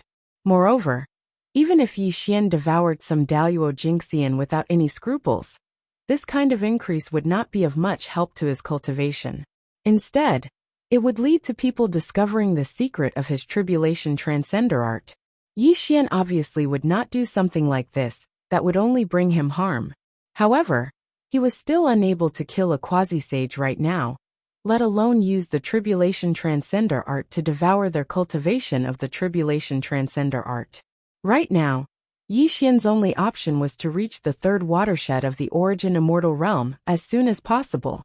With the boost from the Tribulation Transcender transformation, he would be able to fight a quasi-sage, which would also allow him to enter a period of rapid growth. Outside the bullfighting palace, Venus Taibai bowed and asked Yi Xian when he would emerge from seclusion. Celestial Emperor, various orthodoxies have gathered in the celestial court to witness your wedding with the Queen Mother in 10 days. May I ask when you will emerge from seclusion, Celestial Emperor? Rumble. The gates of the bullfighting palace opened with a rumble, and Yi Xian strolled out of the palace. This also made Venus Taibai hurriedly kneel down and call out the Celestial Emperor's name. 10 days later, this Celestial Emperor and mysterious fairies' wedding will be held at the Jade Lake. Everything will be simple. After Yi Xian finished speaking, he took a step forward and disappeared. This also made Venus Taibai bow and accept the order. She did not dare to ask where Yi Xian went. Chapter 588. The Lunar Star. The moonlight was hazy and as clear as water. The Tongtian osmanthus tree swayed in the breeze, rustling from time to time. A figure stood under the osmanthus tree. His aura was obscure. Yi Xian had his hands behind his back. His black hair fell behind his head. A gust of wind caused his hair to flutter. No one knew what he was thinking. The lunar star, the osmanthus tree, the moon palace. When these three names were connected, a person's face appeared in Yi Xian's mind. His eyes became slightly dazed. The figure in the depths of his mind became more and more real. I'm thinking about her? Yi Xian murmured to himself as he looked up at the starry sky. A sliver of confusion appeared in his eyes. This made him sink into deep thought. After leaving Bullfighting Palace, Yi Xian did not go anywhere else. Instead, he came to the lunar star because he was going to get married in 10 days. His wife was the Empyrean Fairy. The Empyrean Fairy was indeed very beautiful. She was also a disciple of the Nuwa. Whether it was her cultivation, appearance, or background, she was completely worthy of Yi Xian. If anyone else could marry the Empyrean Fairy, they would probably wake up laughing in their dreams. Unfortunately, Yi Xian had never liked the Empyrean Fairy, let alone love. He only married the Empyrean Fairy for the sake of his future. Marriage. It was a simple word, but it was an extremely unfamiliar word to Yi Xian. In Yi Xian's life, he had never thought that he would get married one day. Ever since he was young, Yi Xian had grown up in adversity. His path had been filled with bloodshed. So-called love was just a joke in his eyes. Back in the human world, he had personally killed his childhood sweetheart, Xia Qingzhu. This also meant that he had personally cut off his so-called love. Yi Xian also believed that he would never fall in love with a woman in this life. However, when he was about to get married, a feeling called loneliness grew in his heart. This feeling was difficult for Yi Xian to bear. He also felt an emotion called exhaustion. He came to the lunar star. He stood under the osmanthus tree. The moon fairy's voice and face constantly appeared in his mind. Yi Xian did not know what was wrong with him. He did not know why he thought of this woman. He was asking himself to find an answer. Yi Xian clearly remembered that when he first saw the moon fairy, he told himself that he had to get this woman. Because the moon fairy was the most beautiful thing. Was to get Yi Xian to get her. Because she was to Yi to death to time. Because she was the moon fairy. Yi Xian had always thought that he only liked the moon fairy's body. He also had a desire to conquer this woman. Except for these two emotions, he had never really loved this woman. However, when he was about to get married, he found that he was thinking of her. He even came to the lunar star unconsciously. This was an extremely incredible thing for Yi Xian. When Fu took the moon fairy away, Yi Xian told himself that when he became a sage-to-be, he would definitely lead the Wu tribe to take the moon fairy back. Love tribulation? Yi Xian kept asking himself. An answer that he could think of was on the verge of coming out. This made him sigh slightly. The confusion in his eyes cleared up again. The so-called love tribulation was the most difficult to pass. Everyone would meet one person in their life, and this person was also the person they loved the most. They would forget to eat and sleep, and their love would linger. No matter where they were, their minds would always have the other person's existence. Someone once said that if love could be explained, then there would not be so many people in pain. Love. It was inexplicable. It was as if it was destined. Everyone would meet an unforgettable person in their life. There had never been any exceptions. When Yi Xian discovered the appearance and voice of the fairy Guanghan in his mind, he already understood that the fairy Guanghan was someone he would never forget for the rest of his life. The so-called love tribulation he was going to undergo was also the fairy Guanghan. However, Yi Xian was very confused. He had never loved the moon fairy. All he had was a domineering possessiveness. He would never fall in love with this woman. This love tribulation should be useless to him. However, there seemed to be a voice in the dark telling Yi Xian that one day in the future, he and the moon fairy would have an unimaginable entanglement. The so-called love tribulation would definitely break out. It was not as simple as he thought. All of a sudden, Yi Xian's eyes narrowed. Fine beads of sweat appeared on his forehead. At this moment his fists were slightly clenched. Because he thought of a person that he had never understood. That mysterious shadow. The mysterious shadow that reversed the river of time. Loneliness, vicissitudes of life, sadness, and an indescribable sadness. When all these qualities appeared on this person, Yi Xian's heart trembled to the extreme. If he is my future, Then why did I become like that? Yi Xian trembled as he muttered, his entire body frozen on the spot. If there was anyone in the world who understood Yi Xian the most, it was none other than himself. Yi Xian believed that he was cold and ruthless. He was ruthless and would do anything to achieve his goals. However, he had never felt lonely and sad. If he is me, what did I experience in the future? Why did I become like this? Or is this mysterious shadow not me? Yi Xian murmured to himself. He was searching for a shocking truth. However, no matter how he guessed, he could not get the answer he wanted. Could it be because of her? Yi Xian's whole body trembled. His eyes suddenly became gloomy, and a trace of cold killing intent flashed across his eyes. Yi Xian had never forgotten what the mysterious shadow in Yuhua Palace had told him before she saved his life, and was about to leave, reversing the river of time, breaking the ancient and modern world. I will suffer a great calamity in the future. Can you change the future in this life? What kind of future do I have to change? If he is really my future, and I am already so strong in the future, what kind of calamity would make him so sad? Yi Xian murmured to himself.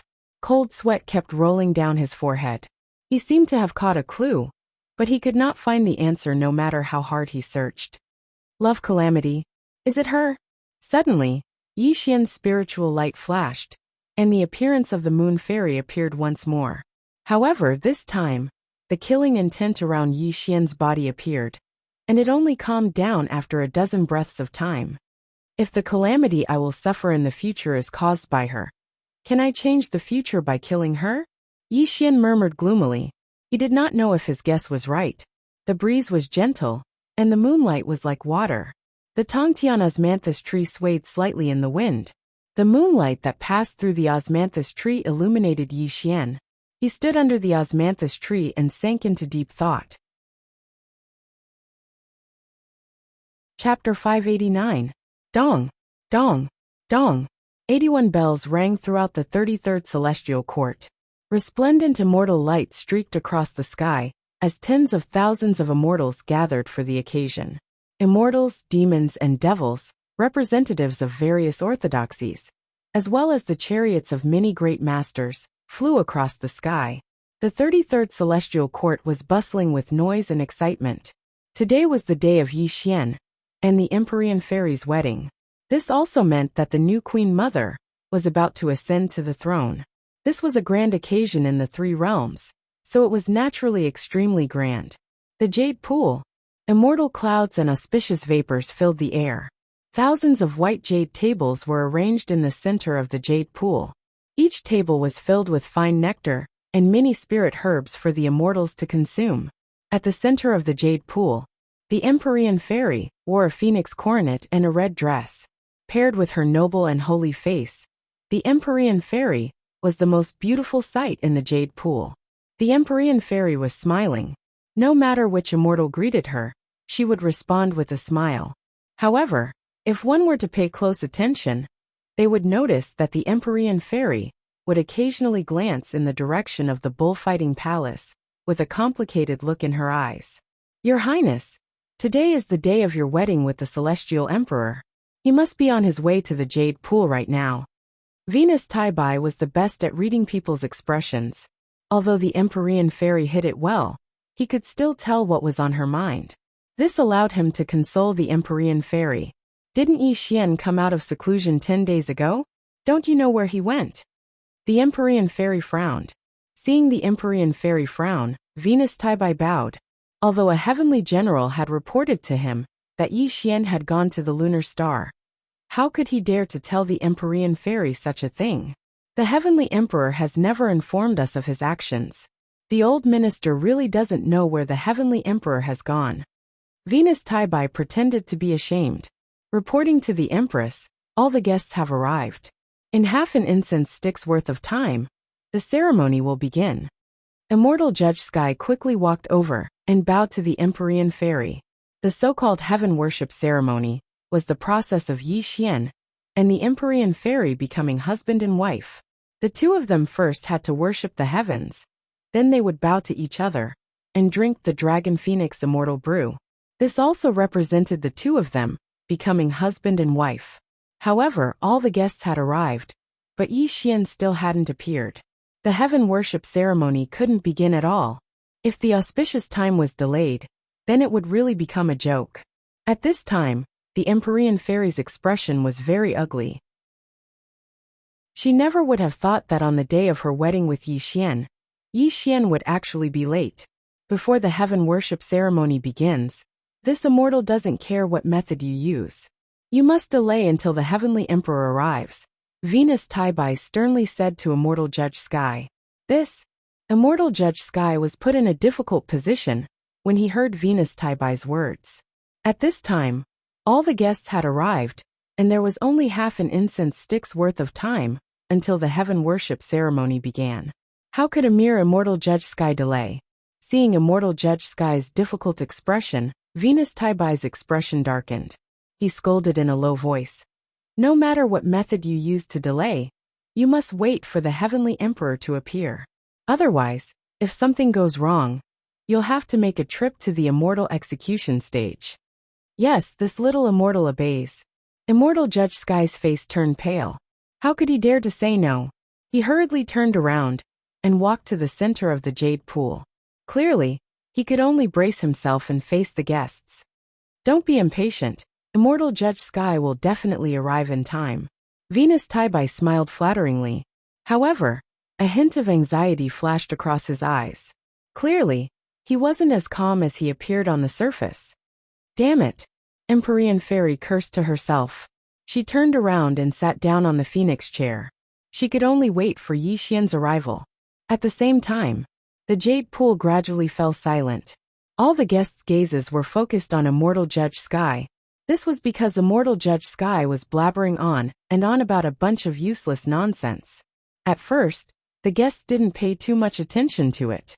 They just thought it was a simple process. However, as time passed, the guests suddenly realized something strange. First of all, they hadn't seen Yi Xian's figure since they entered the jade pool. Moreover, there was only 10 minutes left until the auspicious hour. Moreover, the Empyrean Fairy's slightly embarrassed expression was noticed by the guests. If they still didn't realize that something was wrong, wouldn't it be a huge joke? What's going on? Why hasn't Yi Tiandi appeared yet? Look at that Immortal Judge Sky's pale face. I'm afraid something unexpected will happen to this wedding. It can't be. Today is Yi Tiandi and the Empyrean Fairy's wedding. This is a grand occasion in the three realms. How could something unexpected happen? Fellow Taoists, look carefully. Yi Tiandi still hasn't appeared. All sorts of discussions quietly sounded among the guests. Although their voices were very soft, they still reached the Empyrean Fairy's ears. This caused her face to turn red and her delicate fists to slightly clench. Noisy. Suddenly, Emperor Ziwei berated coldly, instantly silencing the guests' discussions. Mahamayuri has arrived. Western Tathagata Buddha has arrived. Underworld's King Chujiang has arrived. Tai Jimren has arrived. The immortal light of the great all-embracing immortal filled the sky.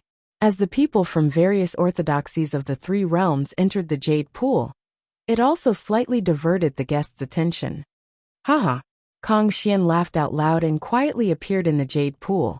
He said, "Today is Brother Ye's wedding day. I wonder if I'm late?" Greetings, Wisdom King. Kong Xian's arrival immediately caused the guests to greet him one by one. However, Kong Xian looked everywhere for Yi Xian's traces, but he didn't see any trace of Yi Xian. Moreover, the atmosphere in the jade pool was so strange. How could Kong Xian not feel it? Amitba. Duo Bao Rilai chanted the name of Buddha and said in a calm voice, "Today is Yi Tiandi's wedding day. My western mystical mountain is presenting a Bodhi demon subduing pearl. I hope Yi Tiandi will kindly accept it." As Duo Bao Rilai spoke, a golden Buddhist bead appeared in his palm. However, the corner of his mouth curved into a smile. Clearly, he was going to personally hand it over to Yi Xian. Since Kong Xian could see that the atmosphere in the jade pool was strange, Duo Bao Rilai could naturally see it too. He naturally had to get involved in this muddy water. Such a scene made Venus Taibai's face turn gloomy. Shen Gongbao and the others had already noticed that something was wrong. Empyrean Fairy even clenched her fists. Clearly, She could see that Duo Baorilai was adding fuel to the fire. It's just a Bodhi demon subduing Pearl. I'll accept it on behalf of Yi Tiandi. Suddenly, Rock Demon walked out quietly. His 9th heavenly layer cultivation base was unleashed. This also made Duo Baorilai's expression change slightly. He never expected Rock Demon to appear in the celestial court. You're a guest from afar. I'll accept your gift, Taoist Duo Bao. Suddenly, a figure quietly appeared in front of Duo Baorilai. When he waved his hand, the Buddhist bead in Duo Baorilai's hand disappeared. This also made Duo Baorilai's expression change greatly. He took 3 steps back. When he saw the person clearly, an extremely solemn look flashed in his eyes. It's been many years since we last met. Yi Tiandi's cultivation base has become more and more unpredictable. I'm impressed. Duo Baorilai put his palms together and squinted his eyes slightly. His entire person became silent. Chapter 590. Although Duo Baorilai held great enmity towards Yi Xian, and wished for nothing more than Yi Xian's death, he still praised Yi Xian from the bottom of his heart, after witnessing the growth of Yi Xian's cultivation base. Duo Baorilai was a peak existence at the 9th heavenly layer of grand heavenly level, and was even more powerful than Kong Xian. Naturally, he was also an expert in the 3 realms. Although he couldn't be compared to quasi-saints, he was still an extremely terrifying existence at the peak of grand heavenly level. Duo Baorilai could tell at a glance that Yi Xian was at the 5th heavenly layer of grand heavenly level, but Yi Xian's appearance gave him great pressure. This also meant that Yi Xian's combat strength was definitely not inferior to his. Yi Xian. The Empyrean fairy quickly walked over with a hint of joy in her starry eyes. Brother Yi. Big brother Yi. Kong Xian laughed out loud. Rock Devil cupped his hands and bowed. The 2 of them stood on either side of Yi Xian. When this scene appeared in front of the guests, the entire Jade Lake instantly quieted down. Duo Baorilai smiled flatteringly, and nodded at Yi Xian, in an extremely friendly manner. Then, he entered the Jade Lake's venue without saying anything. However, an extremely solemn look flashed across his eyes. Obviously, these 2 figures at the peak of the Golden Immortal Realm were both Yi Xian's people. Moreover, Yi Xian's own combat strength was comparable to a peak Golden Immortal Realm expert.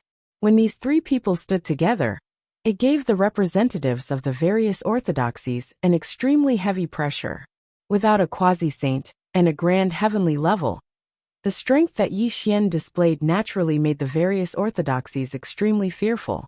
Tai Jinren's face was filled with bitterness because he knew very well that the immortal hermit of the South Pole had failed to kill Yi Xian. This was a debt that Yi Xian would settle with the Chan sect sooner or later. Celestial Emperor, the auspicious hour has arrived.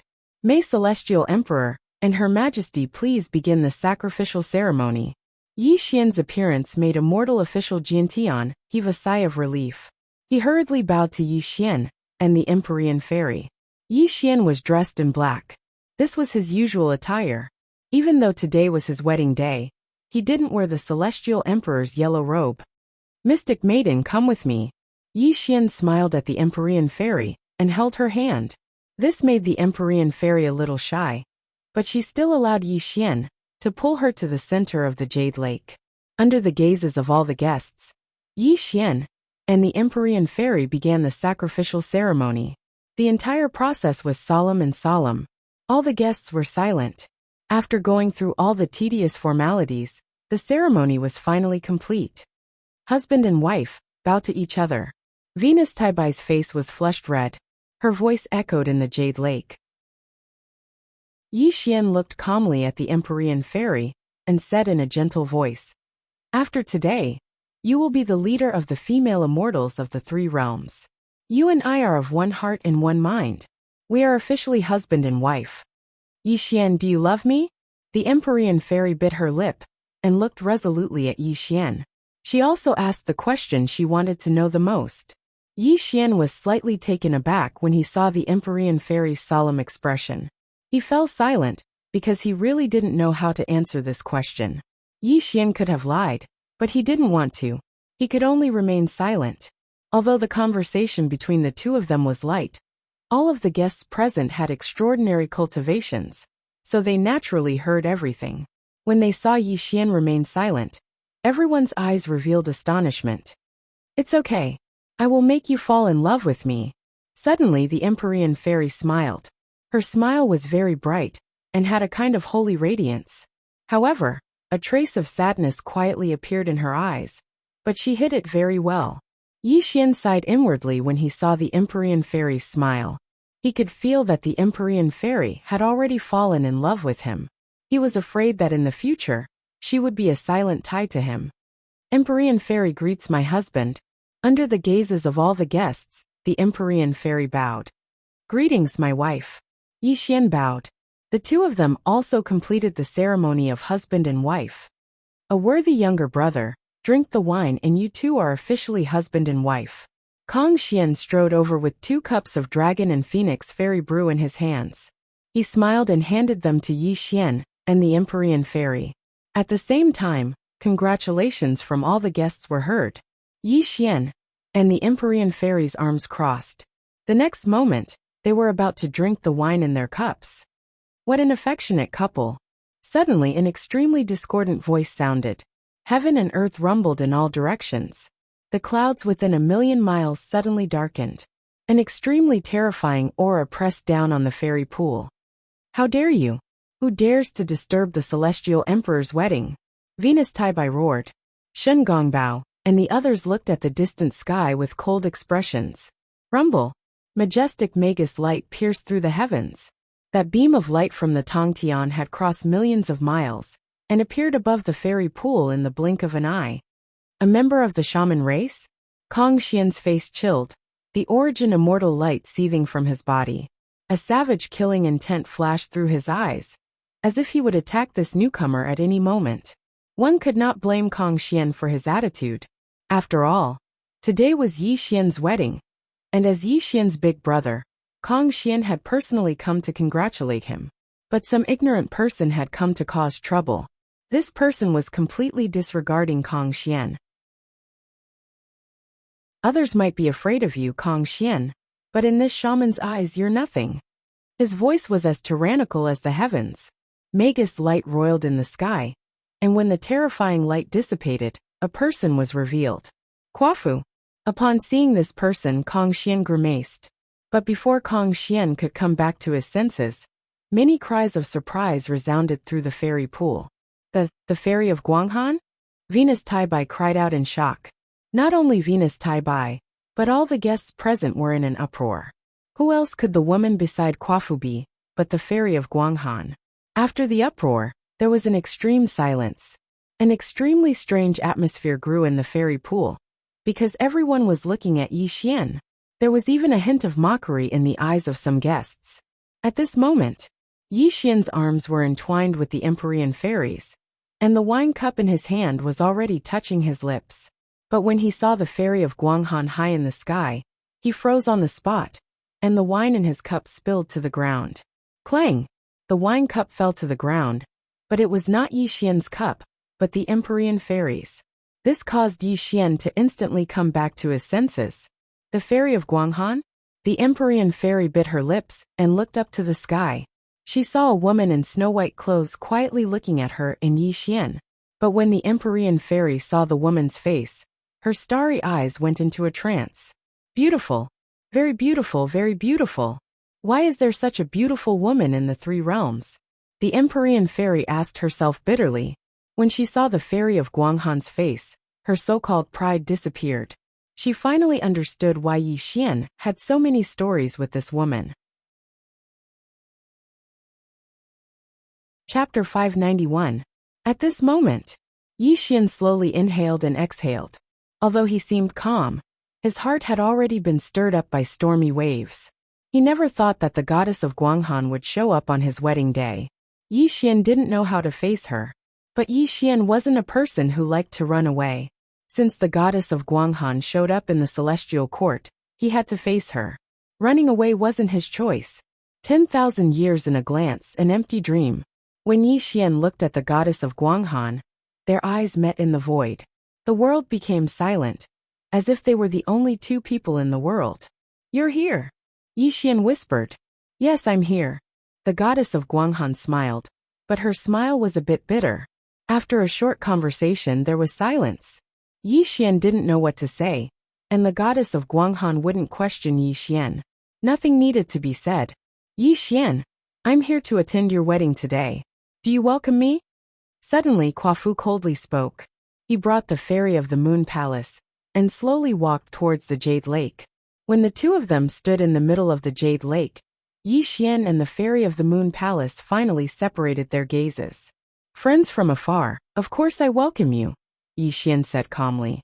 He didn't change his attitude because of Quafu's attitude. Are you the goddess of Guanghan?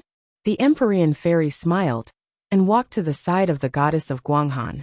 She didn't seem to be hostile to the goddess of Guanghan at all. It's Yi Xian's blessing to marry you, the goddess of Guanghan said with a sigh. I've long heard that Big Sister is the #1 fairy in the 3 realms. Now that I've seen you today, you really do live up to your reputation.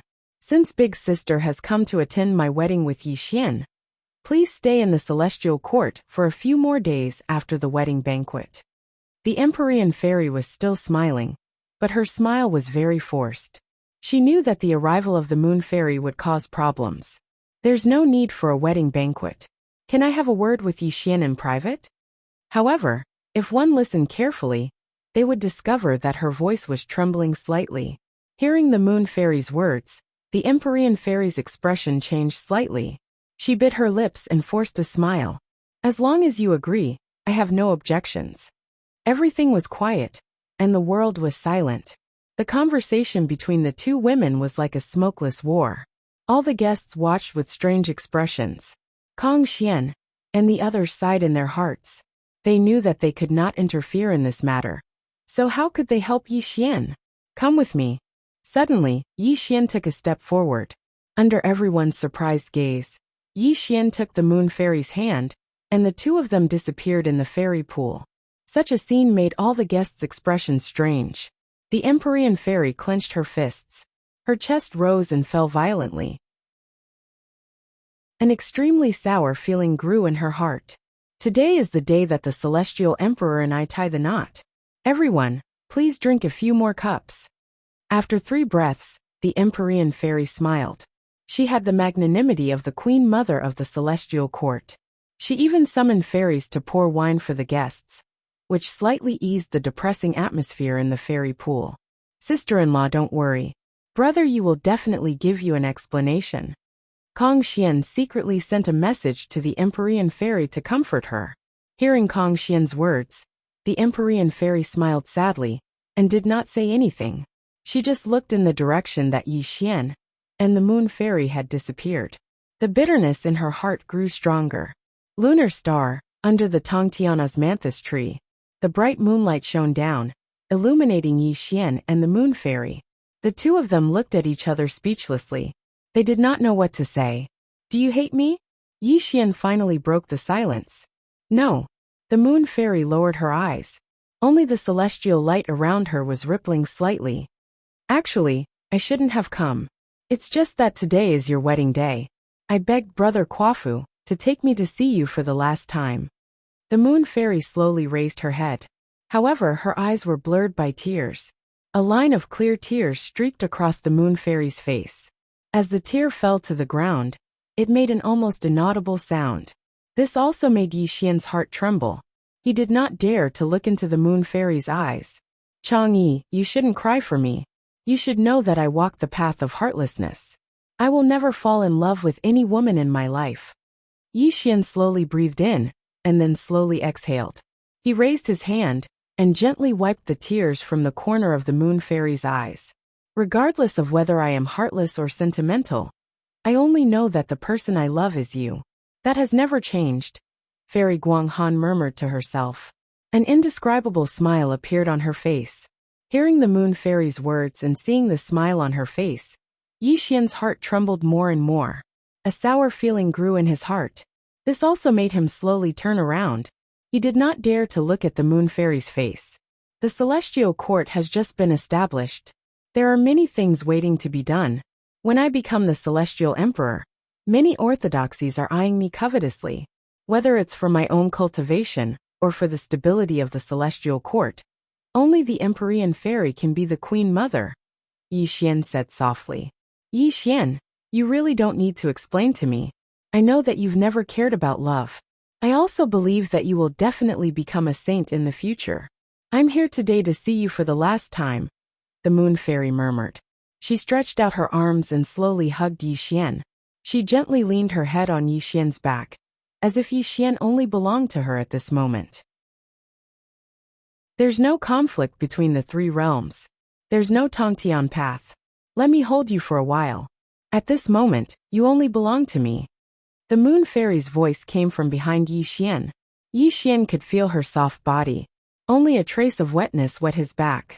The moon fairy's silent tears made Yi Xian clench his fists tightly. His heart trembled to the extreme. Xiao Yi, do you believe in the future? Yi Xian's trembling voice sounded. He slowly turned around while being surrounded by the moon fairy. A trace of confusion flashed through his eyes. No matter what the future holds, I just want to enjoy a moment of peace with you. The moon fairy caressed Yi Xian's chiseled face and gently leaned her head into his chest. If I want to kill you in the future, will you think that I'm inhumane? Yi Xian closed his eyes tightly. Even his voice was trembling. If I can die for you, I will do it willingly. Under the Tongtian osmanthus tree, the moon fairy smiled. She quietly leaned into Yi Xian's chest. Her voice was murmuring with certainty. It was like thunder from the ninth heaven. It was like the rolling waves of the vast ocean. Yi Xian's heart trembled to the extreme. His eyes froze. He fell into an indescribable state. Chapter 592. Why? Am I worth it for you? Yi Xian asked in a trembling voice after dozens of breaths had passed. If you love someone, you will be willing to give up everything for them. Because my heart is telling me that you are the only man I have ever loved, the goddess of Moon Palace murmured. Love? Yi Xian asked in a daze. His eyes became more and more confused, and he was in a dilemma. In Yi Xian's life creed, the so-called love was nothing more than a joke. He'd never believed in the so-called love, but at this moment, his faith was slightly shaken. It was all because he could feel the sincerity of the moon fairy towards him. Under the Tongtian osmanthus tree, under the moonlight, the two stood in each other's arms. It was not until a day and a night had passed that the goddess of Moon Palace slowly pushed Yi Xian away. A bright smile appeared on her face. Time's up. I should go. Today I can see you for the last time. I have no more regrets in my life. The goddess of Moon Palace was smiling. She slowly stepped back, deeply imprinting Yi Xian's face in her mind. Then a divine cloud rose under her feet. She suddenly turned around and walked toward the fairy pool. Looking at the goddess of Moon Palace's beautiful figure, Yi Xian's eyes froze. A feeling called reluctance grew in his heart. After dozens of breaths, Yi Xian's divine light of the great all-embracing heaven burst out. When he took a step forward, he disappeared into the lunar star. In the fairy pool, all the guests were drinking and chatting happily. However, everyone was looking at the horizon from time to time. Because Yi Xian and the goddess of Moon Palace had disappeared for a day, no one knew when they would return. There was a sound in the air. The goddess of Moon Palace had returned and appeared directly beside Quafu. This also made all the guests suddenly quiet down. They all looked at the goddess of Moon Palace. Brother, let's go, the goddess of Moon Palace whispered. You've said what you need to say, haven't you? Quafu drank the wine in his cup and said in a deep voice. Yes. The goddess of Moon Palace nodded, but a touch of bitterness flashed in her eyes. Wang. Ripples spread out in the void. A speck of celestial light grew in the fairy pool. When the celestial light dissipated, Yi Xian quietly appeared on the celestial emperor's throne. He picked up the wine cup on the table and drank all the wine in it. Then he looked at the goddess of Moon Palace with a complicated expression. Pour the wine, Yi Xian said in a low voice. Venus Taibai's expression changed slightly. She hurriedly picked up the wine jug on the table and filled Yi Xian's cup again. Yi Xian finished the wine in his cup in one gulp and spat out a mouthful of turbid air. It was also at this moment that a resolute light flashed through his eyes. Let's go. In the center of the Jasper Lake, Quafu stood up slowly. The witchlight around him was blooming. Apparently, he was about to leave the celestial court with the fairy of Guanghan. He didn't even bother to say goodbye to Yi Xian and the others. Unfortunately, before Kwafu could leave, Yi Xian's voice echoed in the Jade Lake. You can leave, but she wants to stay. He suddenly turned around. Kwafu's expression was extremely ugly. His whole body was blooming with terrifying witch light. He stared coldly at Yi Xian, and an overwhelming momentum suddenly erupted. I didn't hear what you said clearly. Do you dare to repeat it? Kwafu said in a gloomy voice. He stared at Yi Xian, and a fierce killing intent spread out from his body. On the throne of the Celestial Emperor, Yi Xian finished the wine in his cup in one gulp, and casually threw the cup on the table. He put his arms on the table, and leaned forward slightly. He looked at Kwafu with a gloomy expression. She wants to stay, so you can get out of here. This is the last time I'm telling you. Yi Xian, you're courting death. Rumble. The witch light soared into the sky. Kwafu's roar was so loud that it could shatter mountains and rivers. The terrifying witch light twisted the surrounding space to the extreme. The terrifying power of the ancient great witches was undoubtedly displayed. Impudent. The rock devil roared. His origin immortal light erupted as he took a step forward, and appeared in front of Kwafu. An immortal art condensed in his hand, and he seemed ready to fight Kwafu in the next moment. Such a scene caused the guests to go into an uproar. No one thought that Yi Xian would actually do such an inconceivable thing. Yi Xian, no. The moon fairy's face was miserable. She quickly stepped in front of Kwafu, and looked at Yi Xian with a pleading gaze. Stand down, Yi Xian sternly said.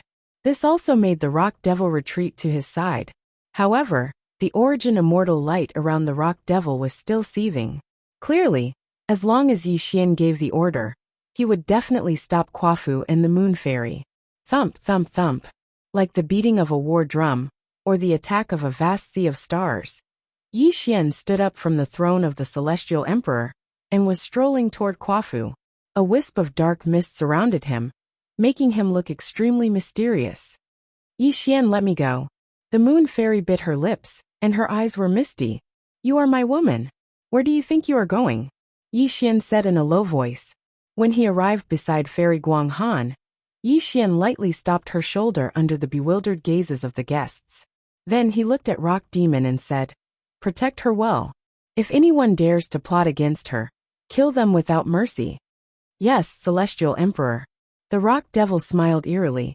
He looked around at the guests, and directly appeared beside the moon fairy. At the same time, Yi Xian bypassed the moon fairy, and strolled to the front of Kwafu. He said in a low voice, Since you brought her to the celestial court, I don't want to make things difficult for you. You can go now. Yi Xian, you are courting death. Kwafu was enraged to the extreme. Yi Xian, who he'd once treated as an ant, actually dared to speak to him in such a manner, and even ordered him to do so in a condescending manner. How could Kwafu accept this? Get lost. Yi Xian narrowed his eyes, and a murderous intent flashed across them. How dare you? Kwafu roared as a magical light that could shake the heavens and earth blossomed around his body. When he swung his fists, they were as heavy as 2 stars, bringing with them a terrifying might that could destroy mountains and rivers, as they descended towards Yi Xian. Rumble. His fists were like stars, and his body could split the sky.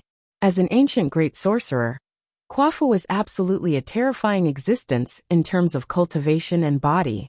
Only those at the peak of the Zenith Heaven realm could fight against him. Bang! There was a sky-high explosion, and the jade pool shook. The Tongtian witchcraft light completely drowned the two of them, making it impossible for people to see what Kwafu's peerless attack had caused. Rumble! The jade pool kept shaking, and it gradually calmed down after dozens of breaths. The Tongtian witchcraft light that drowned Kwafu and Yi Xian also slowly dissipated at this moment. However, the scene that appeared in the eyes of all the guests immediately silenced the jade pool, accompanied by the sound of gasps from time to time. In the center of the jade pool, Kwafu's blood and chi were boiling. His terrifying body seemed to be made of Vudra glass. Thick blue veins bulged on his body, making him look extremely terrifying at first glance. However, this was not the reason that frightened all the guests. What really shocked all the guests was that Yi Xian's palms were pressed against Kwafu's fists. His jade-like palms were shining, making Kwafu unable to move an inch. Crack! Ah! A miserable scream came from Kwafu's mouth, and the ear-piercing sound of bones breaking rang out. His fists were constantly deformed in Yi Xian's hands, and the pale bones of his hands were faintly discernible, accompanied by the extremely terrifying sound of bones breaking. Get lost! It was like the explosion of stars and thunder. When Yi Xian uttered the sound of thunder, his immortal body of the great all-embracing heaven was shining, and his jade-like palms were raised. When Yi Xian's palm fell on Kwafu, the space and time in this area were distorted to the extreme. Bang! There was a sky-high explosion, and it also sounded like everything was collapsing.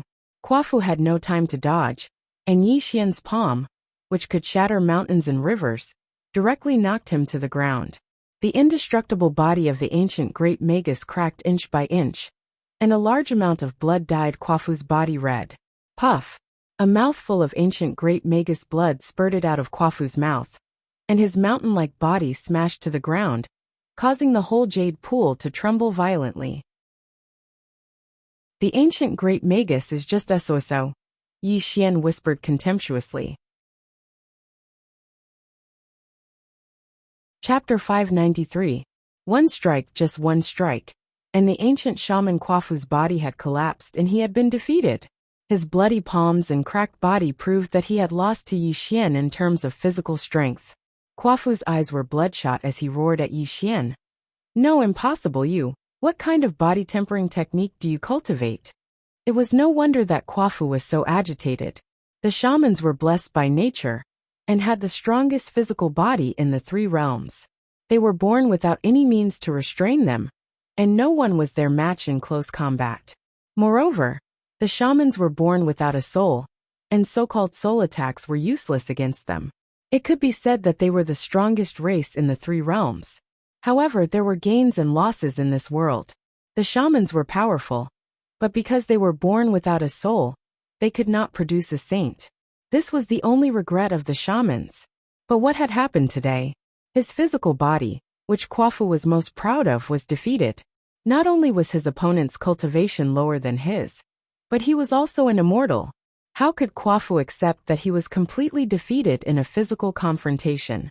Unfortunately, Kwafu didn't know that Yi Xian cultivated the undying immortal scripture, and had even obtained a taboo page.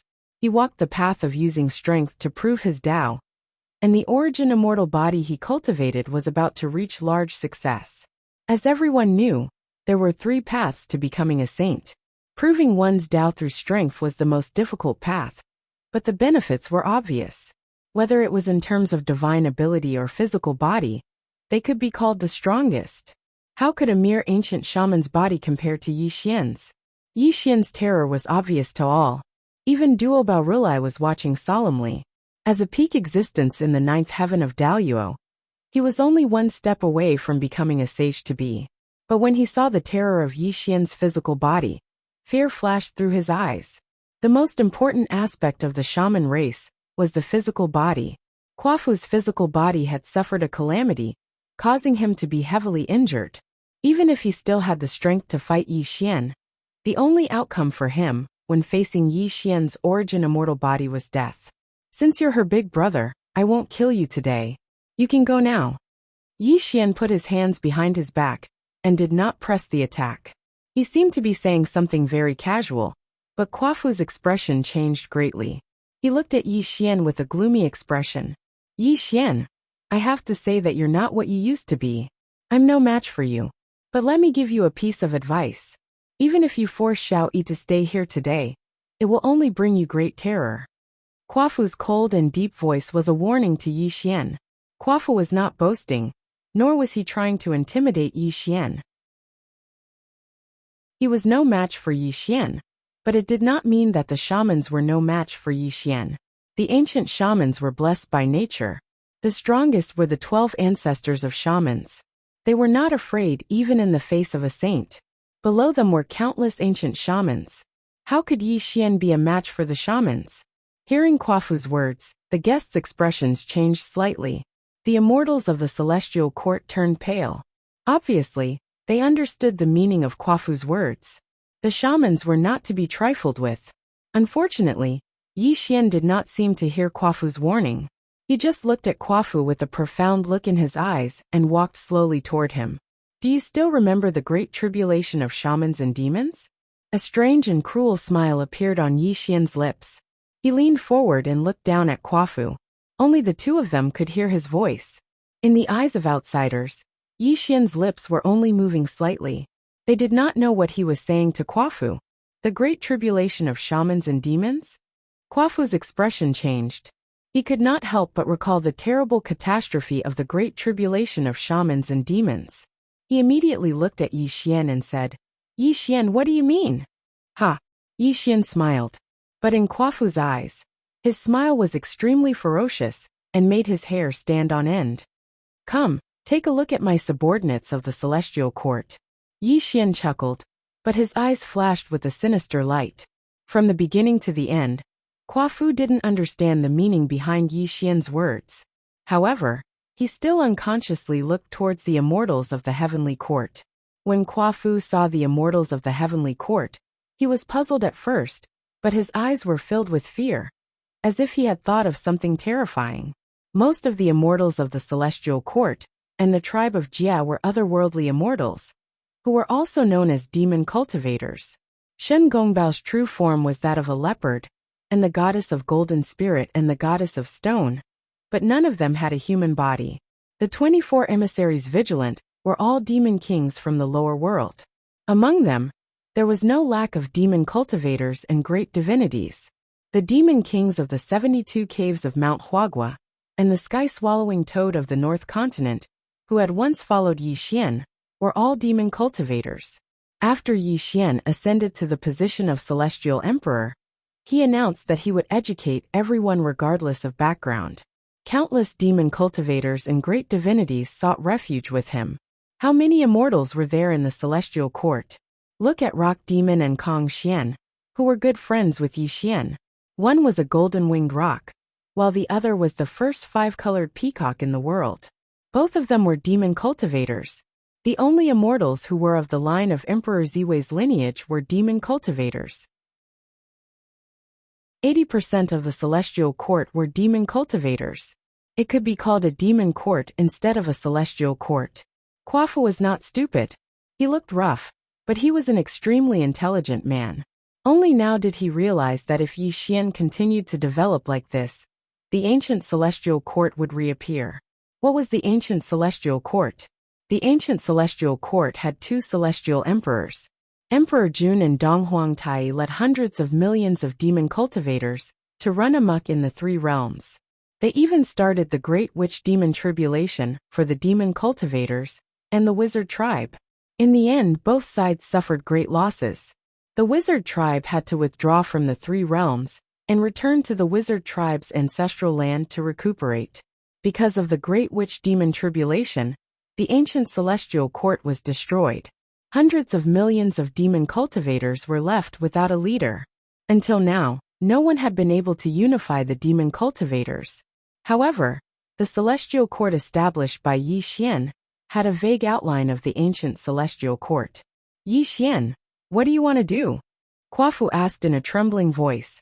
His eyes were heavy. If the wizard tribe knows its place, the celestial court and the wizard tribe will be able to coexist peacefully. However, if the wizard tribe insists on making things difficult for me, perhaps the Great Witch Demon Tribulation will start again in the future. Yi Xian smiled. However, his smile was extremely sinister. Clearly, he was not joking. After all, there was nothing in the world that Yi Xian did not dare to do. If the wizard tribe thought that Yi Xian was easy to bully, then the second Great Witch Demon Tribulation would really happen. You? Quafu's face was as dark as water. He wanted to refute Yi Xian, but he also wanted to angrily rebuke Yi Xian for being too arrogant. You are just a grand heavenly immortal. Compared to the wizard tribe, the celestial court was even weaker. How dare you, Yi Xian, speak such arrogant words? Chapter 594. However, Quafu did not say what he was thinking, because when he saw Yi Xian's fierce eyes, his heart trembled slightly. He could not help but recall the legends of Yi Xian's journey. Yi Xian had been a little primordial unity Xian immortal, to become the master of the three realms today. He had also improved the strength of the celestial court to such a level. This was definitely a legend. Although the celestial court could not be compared with the Wu tribe now, what about the future? If Yi Xian could really lead hundreds of millions of demons, he might really be able to recreate the horror of the ancient celestial court. This was not a fantasy, but something very likely to happen. Some people might say that the Wu tribe could totally destroy the celestial court. But don't forget that the sages of heaven and earth were present, and the 33rd celestial court was created by the way of heaven. If the Wu tribe really dared to start a war against the celestial court now, the sages would definitely take action, which was definitely not something the Wu tribe wanted to see. Yi Xian was very organized and would never put himself in danger, which was why he wanted to seek the celestial emperor's support. Remember my words, you can go now. Yi Xian smiled and suddenly turned to leave. No one knew about the conversation between Yi Xian and Quafu, but the guests were surprised to find that when the two finished talking, Quafu's face was solemn, as if he had experienced something very bad. Rumble! Wizard light bloomed and rushed into the sky. In the surprised eyes of the guests, Quafu did not say anything else, and was obviously about to leave. Xiao Yi, take care of yourself. High in the sky, Quafu took a deep look at the fairy of Guanghan, and let out a long sigh. Then he turned into a wizard light, and disappeared from the celestial court. Brother! She didn't know what Yi Xian said to Quafu to make him leave just like that. However, she felt guilty towards Quafu. She was the one who begged Quafu to bring her to see Yi Xian. But in the end, she left alone with heavy injuries. Are you willing to marry me? Yi Xian slowly walked over, his eyes looking straight at the fairy of the moon, as he spoke in a serious voice. Looking at Yi Xian's gentle eyes, the moon fairy bit her lips. Because Yi Xian was the only man she loved, how could she not be willing? However, even if she was willing, the Wish tribe would never allow her to marry Yi Xian. Furthermore, the Empyrean fairy was right beside her. If she really agreed to Yi Xian, what would the Empyrean fairy do? Maybe Yi Xian sensed what the goddess of Moonfrost was thinking. Since he had asked the goddess of Moonfrost to stay, he must have made a decision. Therefore, he strolled toward the Empyrean fairy. The Empyrean fairy clenched her fists. There was a touch of melancholy in her eyes. Her heart was slightly sour because she had already seen Yi Xian's purpose, and knew what Yi Xian wanted to say to her. You want to marry her? The Empyrean fairy stared at Yi Xian. Her voice was extremely calm, but if one listened carefully, one would find that there was a slight tremor in her voice. Looking at the Empyrean fairy's pale face, Yi Xian sighed in his heart and then nodded. He looked directly at the Empyrean fairy, and said without any evasion, Today is supposed to be our wedding day, but since she is here, I must give her an explanation. Therefore, I must marry her. What about me? The Empyrean fairy laughed self-deprecatingly. Should I leave now? I've said it before. Today is our wedding day. Although I will marry her, I will also marry you, Yi Xian said calmly. One dragon and two phoenixes? The Empyrean fairy gritted her teeth, and looked at Yi Xian, with a complicated expression. She said coldly, Do you think I will agree? I'm not asking for your opinion. I'm telling you a fact. Whether you agree or not, I will marry both of you today, Yi Xian said calmly. Ha! Yi Xian, don't you think you're being very overbearing and unfair to me? The Empyrean fairy clenched her fists as her body trembled uncontrollably. The Empyrean fairy had never thought that two women would serve one husband. She could not accept this, and was questioning Yi Xian in a low voice. Perhaps it's unfair to you, but it's also unfair to her. I can only make it up to you in the future. Yi Xian knew that his words were hurtful, but his union with the Empyrean fairy was an exchange of benefits. The two of them had not known each other for long. If not for their union in the world of yin and yang, all these things would not have happened. To put it bluntly, the Empyrean fairy was willing to marry Yi Xian because she had lost her virginity to him. The most important reason was that Nuwa had once told her that Yi Xian was very likely to be the seventh heaven's destined saint. To Yi Xian, The Empyrean fairy was born from the essence of heaven and earth. She was also the legendary Xiantian Dao. Her roots were also tied to the Nuwa Palace.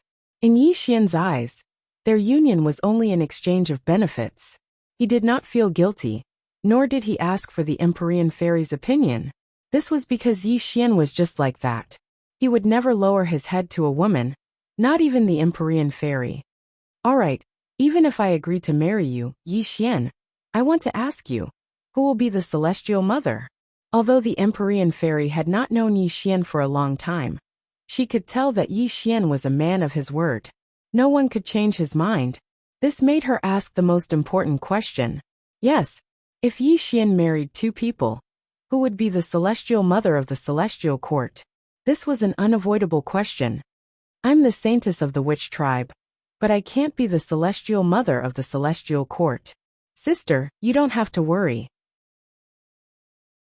However, I have a few things to say to you in private. The moon fairy strolled over and looked gently at the Empyrean fairy. Alright, I also have something to say to you. The Empyrean fairy nodded and took a deep look at Yi Xian. Then, the two women left together. No one knew what they were talking about. Watching the two women leave, Yi Xian frowned slightly, but did not say anything. However, the atmosphere in the fairy pool was extremely strange.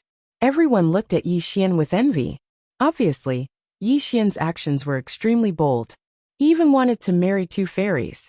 This was a great fortune, and everyone was jealous of him.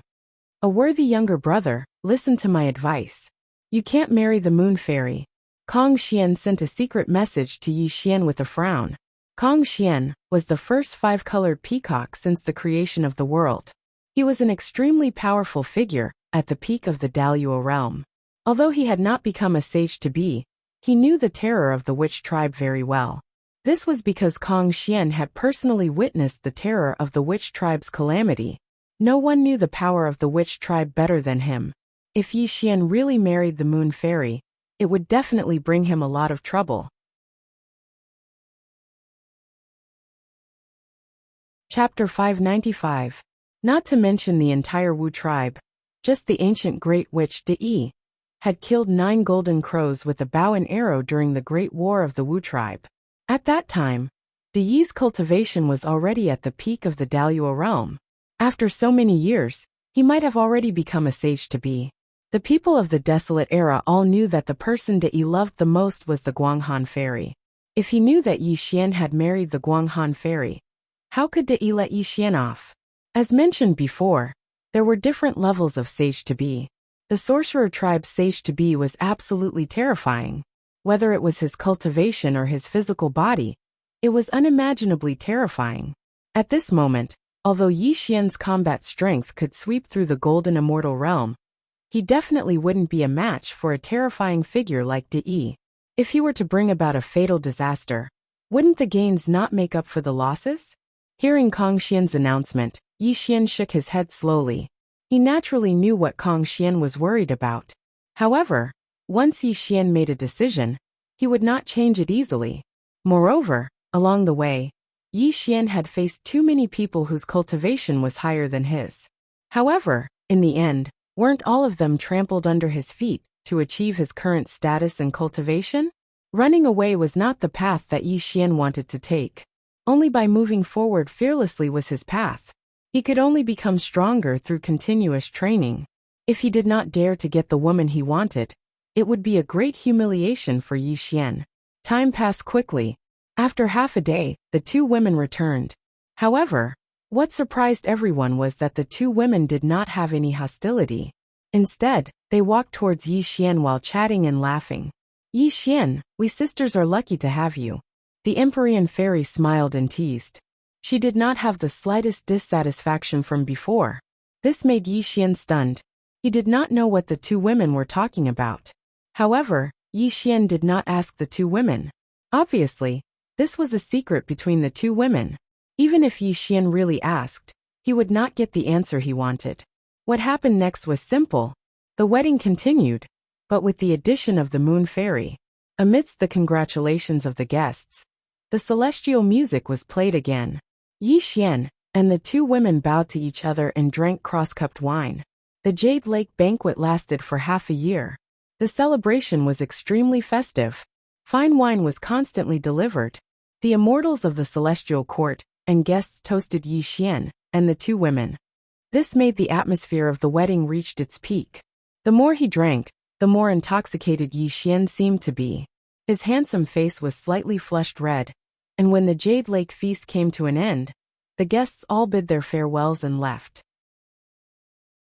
Amidst the jeering of the immortals of the heavenly court, Yi Xian and the two girls returned to the bullfighting palace.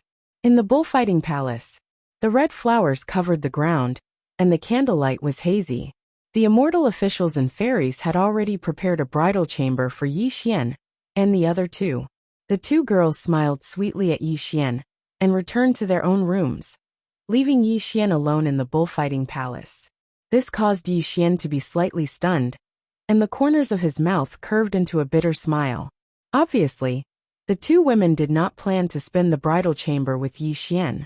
The so-called beautiful scene of two phoenixes and one dragon was even more impossible. This made Yi Xian slightly disappointed. Yi Xian was also a man. Naturally, he had the desires of a man. Facing the two immortals of the three realms, he naturally had some of the evil thoughts of a man. However, the two women did not give him this opportunity. A difficult problem was placed in front of Yi Xian. Yi Xian needed to make a decision himself. Should he go to the Empyrean Fairy? Or should he go to the Moon Fairy? After a few dozen breaths of time, the corners of Yi Xian's mouth curled into a smile. A trace of decisiveness flashed through his eyes, and then he slowly walked towards the room where the Fairy of the Guanghan was. Because he had already tasted the beauty of the Nine Heavens Maiden, he naturally had to thank the Fairy of the Guanghan that he had always wanted to possess. In the boudoir, ice skin and jade bones, a beauty that could captivate even birds and beasts. These descriptions were not enough to describe the Moon Fairy. Her beauty was enough to turn the three realms upside down. At this moment, she was sitting on the phoenix couch in her snow-white robe. She gave people a feeling that she could not be profaned. The candlelight was red, and the atmosphere was ambiguous. When Yi Xian entered the bridal chamber, the Moon Fairy bit her lips. There was a hint of shyness on her beautiful face. Clearly, Yi Xian's arrival made her uneasy. Today is the day of your wedding with Sister Empyrean Fairy. You should go to her place first, the Moon Fairy whispered shyly. There's an old saying in the mortal world that is very good. The wedding night and the passing of the imperial examinations are the two major events in a mortal's life. But to me, I want to taste the beauty of the number one fairy of the three realms even more. Looking at the Moon Fairy's beautiful face, the desire hidden in the depths of Yi Xian's heart suddenly exploded. His eyes were extremely aggressive. He looked at the Moon Fairy, as if he wanted to swallow her whole. The lust in the bridal chamber rose to its peak. Yi Xian slowly sat beside Fairy Guanghan. His arm was already wrapped around her waist, causing Fairy Guanghan to let out a soft moan. Her ivory neck was slightly red, and her slender body couldn't help but tremble. Madam, you and I should sleep. Yi Xian's smile was somewhat evil. He slowly pressed the Guanghan Fairy onto the bed, and a fragrance assailed his nostrils. It was as if he was about to fiercely occupy the Guanghan Fairy in the next moment. No, you should go to Sister Empyrean Fairy first. Otherwise she will be very sad. Suddenly, just as Yi Xian's desire reached its peak, and he was about to take the next step, the Moon Fairy pushed Yi Xian away shyly. She sat up from the bed and hurriedly tidied up her messy clothes. Go to her place tomorrow. She will understand you and me, Yi Xian said softly. His hands pressed towards the Moon Fairy again. But before Yi Xian could push her down again, the Moon Fairy dodged slightly. Yi Xian missed. Yi Xian, I am willing to give my body to you. But today, you must go and accompany Sister Empyrean Fairy. The Moon Fairy clenched her teeth. Her voice was very serious. Clearly, she felt very guilty towards the Empyrean Fairy. Looking at the Moon Fairy's serious face, Yi Xian sighed helplessly. He knew that he would not be able to taste the beauty of the goddess of the three realms today. Moreover, he was not a person who liked to force women. This made Yi Xian get up helplessly. All right, I will come and accompany you tomorrow. Yi Xian smiled bitterly and shook his head. He could only turn around and leave the bridal chamber. He walked towards the Empyrean fairy's room. The moon fairy helplessly smiled as she looked at Yi Xian's disappointed expression. She knew that Yi Xian was slightly unwilling in his heart, and this caused a trace of craftiness to rise in her eyes. The mysterious maiden of the 9 heavens was wearing a wedding robe as she sat on the bed, fiddling with the bead curtain beside her in boredom. It was obvious that she'd already guessed that she'd have to guard an empty room today. Yi Xian would definitely choose the moon fairy, which was within her expectations. Ahem! Suddenly, the Empyrean fairy heard a light cough. This made her slightly surprised. She saw Yi Xian enter her room. This made her blush. However, there was confusion in her eyes. Didn't you go to my sister's place? Why? No. A shy and panicked voice came from the Empyrean fairy. Yi Xian did not say anything. He directly pressed her down on the bed. As the Empyrean fairy groaned, the bead curtain was pulled down. The two of them were completely covered in the bed. The bridal chamber was a blessing. Throughout the night, indescribable sounds came from the Empyrean fairy's room. It was impossible to imagine the beautiful scene inside. Chapter 596. The moonlight was hazy and as clear as water. The goddess of Moon Palace was dressed in snow-white clothes. She stood quietly in the palace, but her smile gradually disappeared, and a touch of sadness appeared on her face. If you don't leave now, you will definitely bring a great calamity to him. Suddenly, a faintly discernible voice echoed in the ears of the goddess of Moon Palace. It was hard to tell whether the voice was male or female, but it gave people a feeling of vastness and vastness. It was as if the owner of the voice had existed for a very long time. Who is speaking? The sudden appearance of the voice made the goddess of Moon Palace's expression change slightly. The celestial light around her bloomed slightly, and a touch of seriousness appeared in her eyes. This was the bullfighting palace, and today was the day of her wedding with Yi Xian. There were countless Daoyuo Jingxian patrolling the celestial court. Who dared to sneak in so boldly? Buzz! The void rippled, and a figure quietly appeared beside the goddess of Guanghan. Clearly, the voice had come from this figure. Who are you? The goddess of Moon Palace frowned, and took 3 steps back. She looked at the figure with extreme caution. Who I am is not important. What is important is that have you thought about your future with him? The figure's voice was deep and weathered. His whole body was illusory and boundless, giving people a sense of obscurity. My future with him? The goddess of Moon Palace's heart trembled slightly, and her eyes were somewhat frozen. The world is born because of fate, and it is gathered because of fate. When fate arises, it is destroyed, and when fate gathers, it is scattered. You and him have an ill-fated relationship. If you don't stop now, I'm afraid you two will suffer great calamity in the future. The voice rumbled like the sky and the earth. This mysterious figure was too unpredictable, and no one knew who he was. Apart from the goddess of Moon Palace, who could see him, this mysterious figure did not attract the attention of anyone else. Who are you? What is your purpose? The moon fairy bit her lips, her voice trembling slightly. Although her cultivation level was not high, it did not mean that she was ignorant. The person who could appear beside her so easily without being noticed by anyone must be at least a sage to be. After all, the celestial court already had Rock Demon and Kong Xian at the peak of the grand heavenly realm. Yi Xian was even in the bullfighting palace, yet he did not notice this person's appearance. This person's cultivation was simply unimaginably terrifying. The heavenly Tao is traceless and all laws return to one. I'm just an idle person in this world. It doesn't matter if I don't tell you my name. As for whether you're willing to listen to me, it's up to you. The mysterious figure sighed, and his illusory body gradually dissipated, as if he had never appeared in front of the moon fairy. The moonlight was like water, hazy and illusory. The self-proclaimed old Taoist disappeared without a trace, but his words still echoed in the ears of the fairy of Guanghan. This made the fairy of Guanghan struggle bitterly. She did not come to her senses for a long time. The fairy of Guanghan did not know if the old Taoist was right, but she knew that she was the saintess of the sorcerer tribe.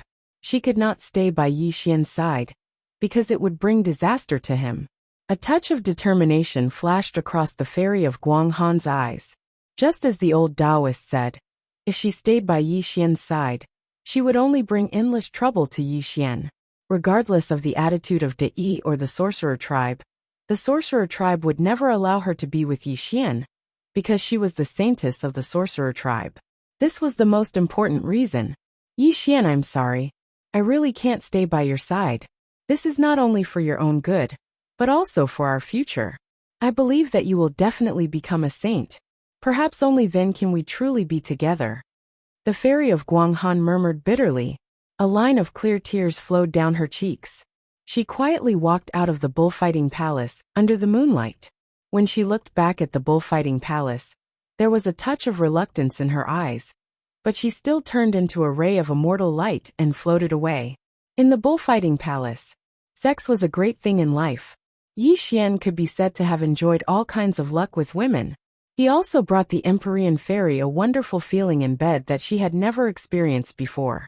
It was late at night, and the bright moon hung high in the sky. Under Yi Xian's domineering conquest, the Empyrean fairy was exhausted. She had already fallen asleep, and her beautiful face was flushed. The candlelight flickered, and the red light reflected on people. Yi Xian got up from the bed and walked to the window. He seemed to see the back of the fairy of Guanghan in the distance. A touch of confusion, a touch of sorrow. Yi Xian's eyes were slightly complicated and deep. You still left, Yi Xian murmured to himself. His voice was very calm, as if he had already expected the fairy of Guanghan to leave, and he did not stop her. Your Majesty, should we stop the fairy of Guanghan? A low voice came from outside the bullfighting palace. It was evil immortal Wang Qing, one of the 24 emissaries inspector. Obviously, the departure of the fairy of Guanghan was noticed by the emissaries inspector. However, without Yi Xian's order, no one dared to stop her. There's no need, Yi Xian said softly, as he slowly walked out of the bullfighting palace. Under the illumination of the moonlight, his shadow was elongated as he said in a low voice, secretly escort her back to the shaman clan.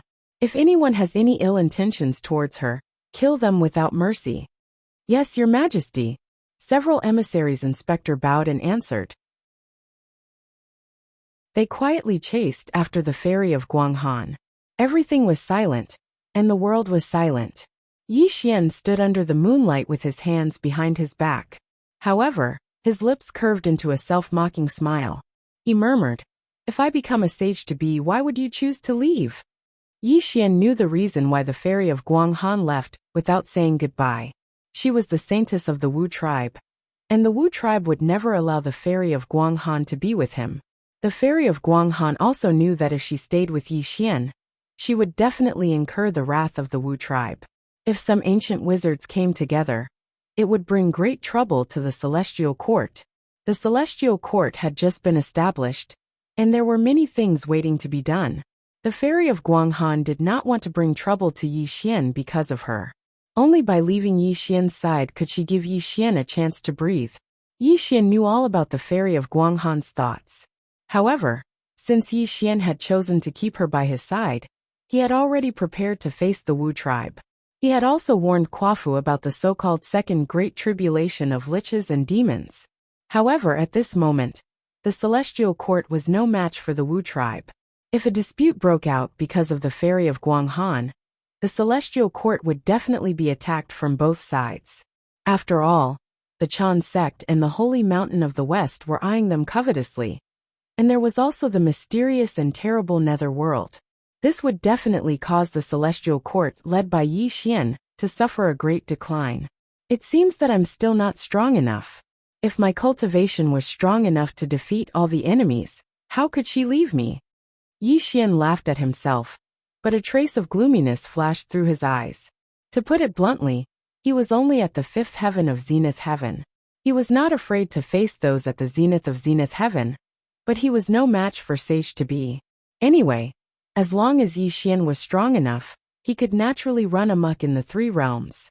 If he was a sage and came to the ancestral land of the Wu tribe, even the 12 ancestors of sorcery in antiquity times would have to treat him with respect.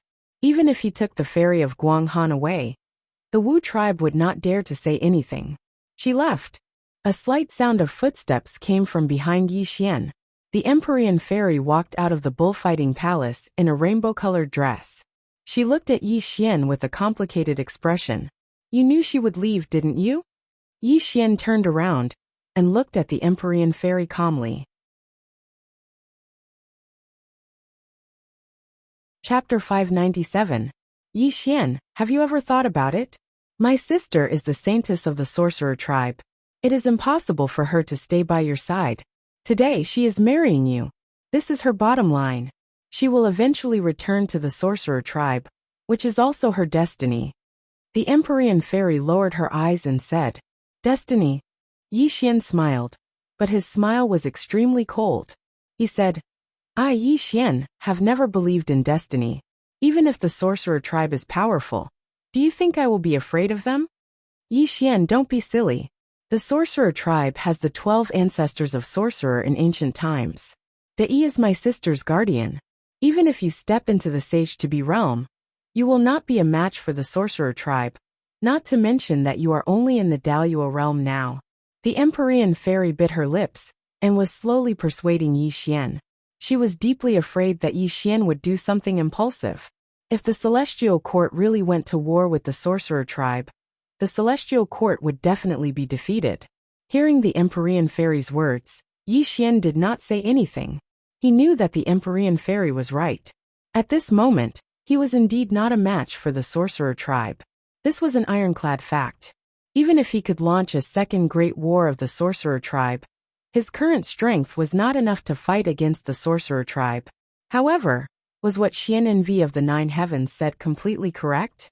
Yi Xian had a faint premonition that the path he took to prove his Tao through strength would show its true horror in the Sage-to-be realm. Moreover, Yi Xian had an extremely bold idea. If he could step into the Sage-to-be realm, could he rely on the Calamity Transcender transformation to be comparable to a sage? Of course, this was only Yi Xian's own guess. Whether it was true or not, he would only know when he stepped into the Sage-to-be. The road had to be walked step by step, and the rice had to be eaten bite by bite. Yi Xian understood this very well. At this moment, the only thing he needed to do was to step into the third watershed of the Daluo realm. Only then could he strive for the Sage-to-be realm. As long as he could step into the third watershed of the Daluo realm, with the help of the Calamity Transcender transformation, he would not be afraid of the Sage-to-be. Only when he was strong enough could he reproduce the power of the ancient celestial court, and not be afraid of the sorcerer tribe. Yi Xian returned from his thoughts. His eyes flashed with a wisp of mist, as he solemnly looked at the Nine Heavens Xian maiden. You and I are husband and wife, and we share the same heart. Your business is my business. I just hope that you can understand yourself, and don't do anything extreme. The mysterious maiden of the Nine Heavens advised softly. The moonlight was hazy, and the starlight sprinkled down. Yi Xian also told the Empyrean fairy a lot of things. When the sun rose the next day, Yi Xian also disappeared from the bullfighting palace. The golden sun hung in the sky, and purple clouds rose. Looking at the back of Yi Xian, the Empyrean fairy had a complicated look in her eyes. She let out a faint sigh, and the aura of loss around her gradually dissipated. The majesty of the Queen Mother of the Celestial Court gradually appeared on her body. Pass on this palace's decree. The Celestial Emperor will be in seclusion for 30,000 years. Without this palace's permission, no one is allowed to enter the bullfighting palace.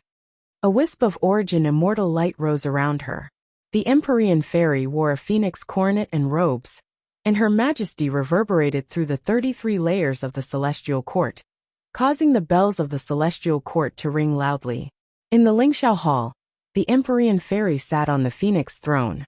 The immortals of the Celestial Court stood on both sides of the Lingxiao Hall, but the throne of the Celestial Emperor was empty. For the next 30,000 years, all matters of the 33 layers of the Celestial Court would be managed by the Empyrean fairy.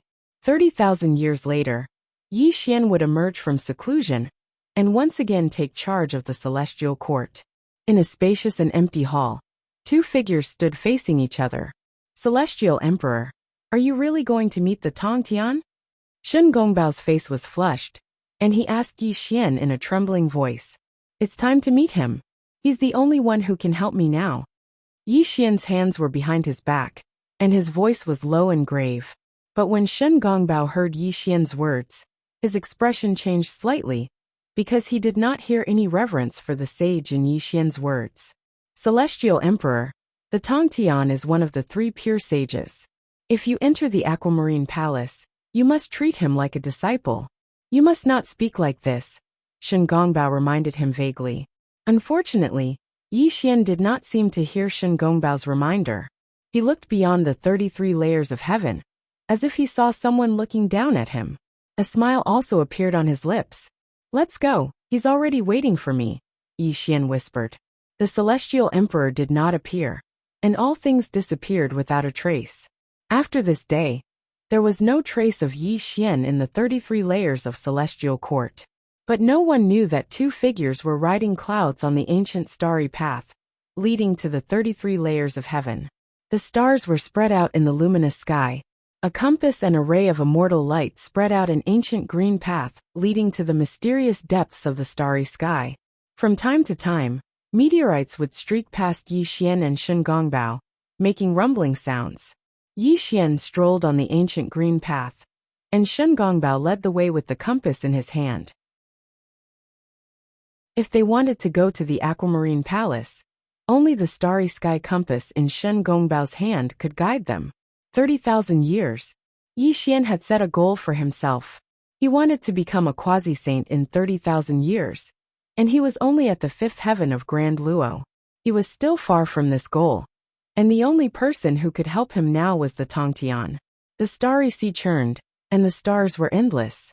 The journey to the Aquamarine Palace was extremely long. Even with Shen Gongbao leading the way, the 2 still walked for 1,000 years. Rumble! The chaotic star sea rumbled, and the ancient green path disappeared. A palace floated in the chaotic star sea. The scene in front of Shen Gongbao made him happy, and his eyes were filled with excitement. Celestial Emperor, the Aquamarine Palace is in front. Let's go quickly. As Shen Gongbao spoke, he rode on an auspicious cloud and shot toward the Aquamarine Palace. Yi Xian narrowed his eyes and followed behind him, and the 2 disappeared into the vast starry sky. In the depths of the starry sea, the palace was majestic. There was a plaque with golden words on a black background, and the words, Aquamarine Palace, were written on it. These 3 simple words were dazzling to the extreme, and they caused others to be unable to look directly at them. The strands of chaotic green light that flowed on the plaque even gave others the oppressive feeling of the heavens and the earth. There was a bronze door. It was mottled and ancient, and it gave off an ancient aura. With a loud rumbling sound, the bronze door shined and slowly opened. The sect master has decreed that the Celestial Emperor should enter. 2 Dao children walked out of the door and gestured for Yi Xian to enter. They stood on both sides of the bronze door and waited for Yi Xian to enter the Aquamarine Palace.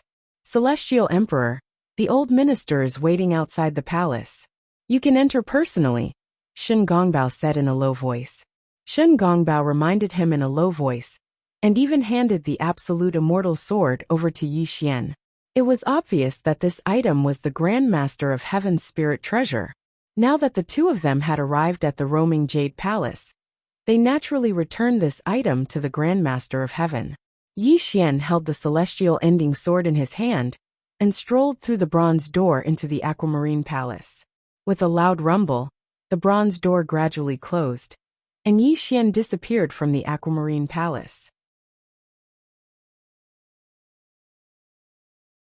Chapter 598. Green Turing Palace. All around him, there was nothingness. Only a beam of chaos light was guiding Yi Xian as he strolled forward. From time to time, he would size up the saint's Amanda. However, other than the chaos aura circulating around him, Yi Xian did not see a single living being.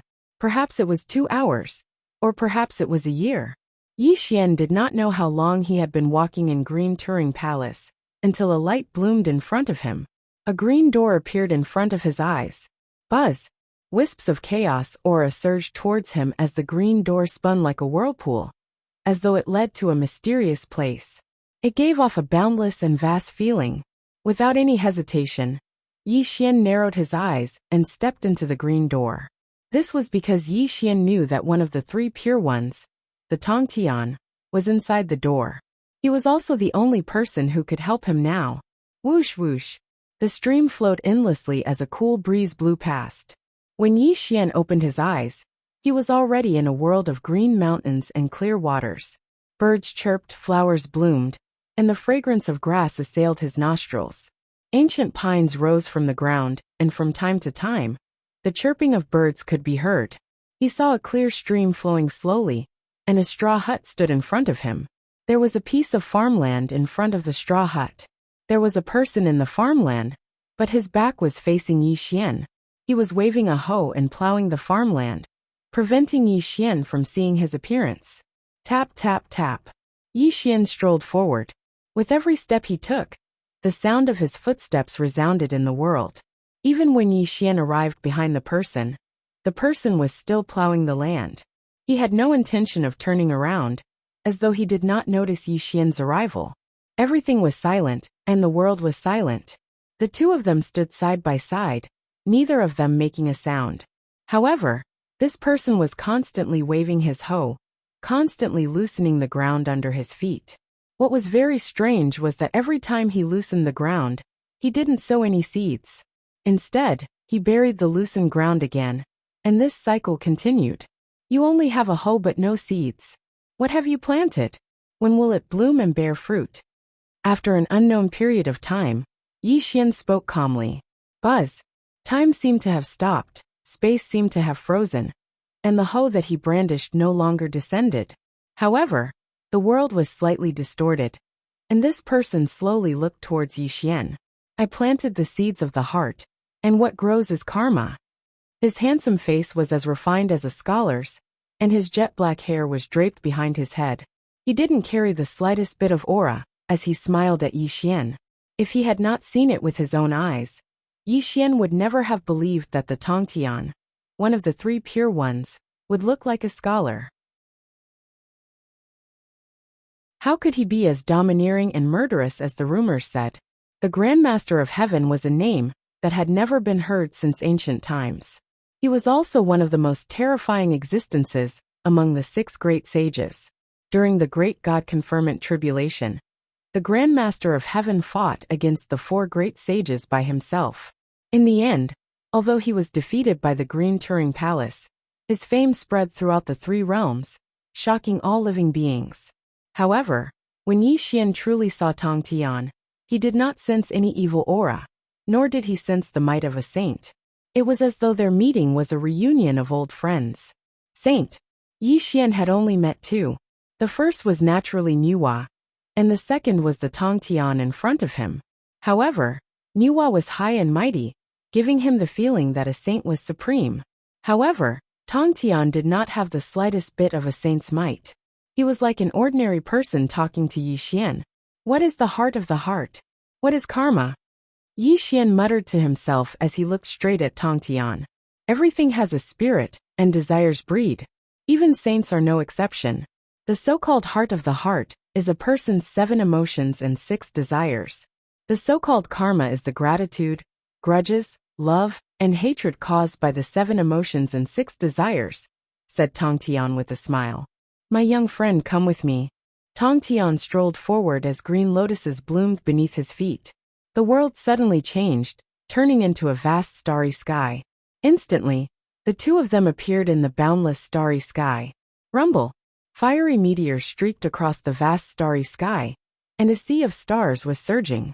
Yi Xian and Tongtian stood side by side, observing the changes in the starry sky together. It was as if they were observing the trajectory of the world, the cycle of all things from life to death. This is the trajectory of the heavenly Tao. No one can change it. People say that saints are immortal, but they do not know that even the world will be destroyed one day. The so-called saints rely on the world to be born. If the world is destroyed, the saints will be buried with the world, said Tongtian in a hoarse voice. The aura around him was slightly sorrowful.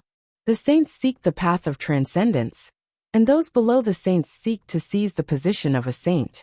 Therefore, the karma of the 3 realms is born. In order to maintain the stability of the three realms, the immeasurable calamity has appeared. The Grand Master of Heaven pointed his finger out, causing the space and time in this area to distort once again. However, one magnificent painting after another unfurled and appeared in Yi Xian's eyes. The great calamity of the dragon and phoenix, the great war of the sorcerer and demon, and the great god investiture calamity. When these scenes flashed across the starry sky, Yi Xian saw them all. His expression became more solemn, and no one knew what he was thinking. Stars exploded, the earth sank, mountains and rivers collapsed, and all living beings were crying and wailing. Those destructive battles caused the primitive world to be in a state of desolation, and the shouts of battle that shook the heavens simply made one's soul tremble to the extreme. Daluo Jinxian's blood spilled across the sky, the sage-to-be's soul scattered, and he fell from the starry sky. There were even saints who attacked and shattered the untainted land. The sky collapsed, the earth sank, and countless living beings were buried. Yi Xian watched these scenes silently. However, his fists were slightly clenched, and veins were pulsating on his forehead, proving how disturbed he was. Big Luo died tragically, Sage-to-be fell, and even the untainted land was pierced through by the saints. Yi Xian even witnessed the final battle between Tongtian and the four great saints. The immortal slaying sword formation shattered the heaven and earth, and the immeasurable light of slaughter destroyed the heaven and earth. Countless Daluo Jingxian were turned into ashes, and even Sage-to-be perished in the immortal slaying sword formation. Blood, and extremely bleak blood spilled across every corner of the untainted land. No one could participate in the battle between the five great saints. The so-called Sage-to-be was merely an ant in front of them. Yi Xian was trembling, not only mentally, but physically as well. He finally witnessed the terror of the saints, and finally understood the meaning of the phrase, "Those below the saints are all ants." It had been 10,000 years since Yi Xian started his cultivation. He had experienced countless hardships along the way, and behind him was a sea of blood and mountains of corpses. However, after witnessing the battle between the saints today, he felt that he was weak and powerless from the bottom of his heart. If he did not become a saint, he would be an ant in the end. Chapter 599. This simple sentence explained Yi Xian's current state of mind. It also made Yi Xian understand that in the three realms, the sage was the true supreme being. Everyone was just a pawn in the sage's hands. Yi Xian's heart trembled slightly. This was because he discovered an extremely terrifying thing, and also something that he had neglected. Yuanshi Tianzuan of the Clan of Enlightenment. Ever since he stepped into the Earth Immortal realm, he had killed countless disciples of the Clan of Enlightenment. When he ascended to the position of Celestial Emperor, he even wantonly suppressed the Clan of Enlightenment. If the Heavenly Lord Yuanshi were to appear, he would probably be beaten to death in an instant. No, there was no need for Yuanshi Tianzuan to make a move. As long as a sage-to-be who had chopped off a corpse appeared, he would not be able to resist. His only outcome would be death. A feeling called fear grew in Yi Xian's heart, and it made Yi Xian's expression extremely grave. He had always thought that the sage was not allowed to appear. But now it seemed that it was not that the sage was not allowed to appear, but that his cultivation was not worth mentioning in the eyes of the sage. If he really wanted to destroy the foundation of the Clan of Enlightenment, how could Yuanshi Tianzuan let it go? Rumble. The starry sky shook, and the scene disappeared. Tongtian flicked his sleeves, and the world distorted again.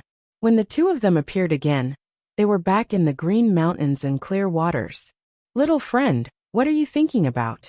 Tongtian asked with a smile. "I'm thinking that if Yuanshi Tianzuan wants to kill me, won't I die?" Yi Xian returned from his thoughts and said in a low voice, "Haha." Hearing Yi Xian's words, Tongtian laughed loudly.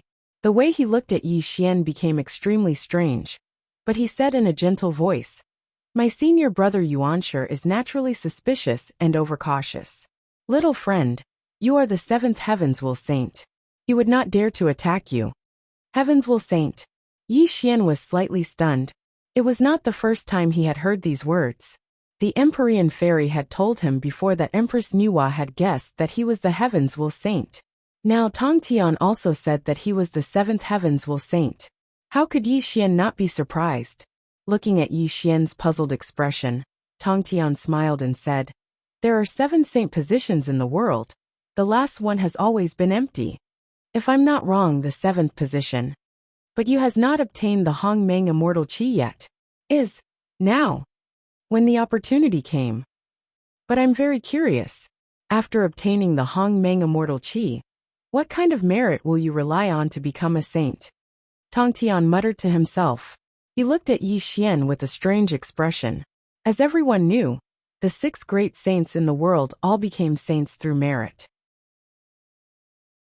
The 7th saint was no exception.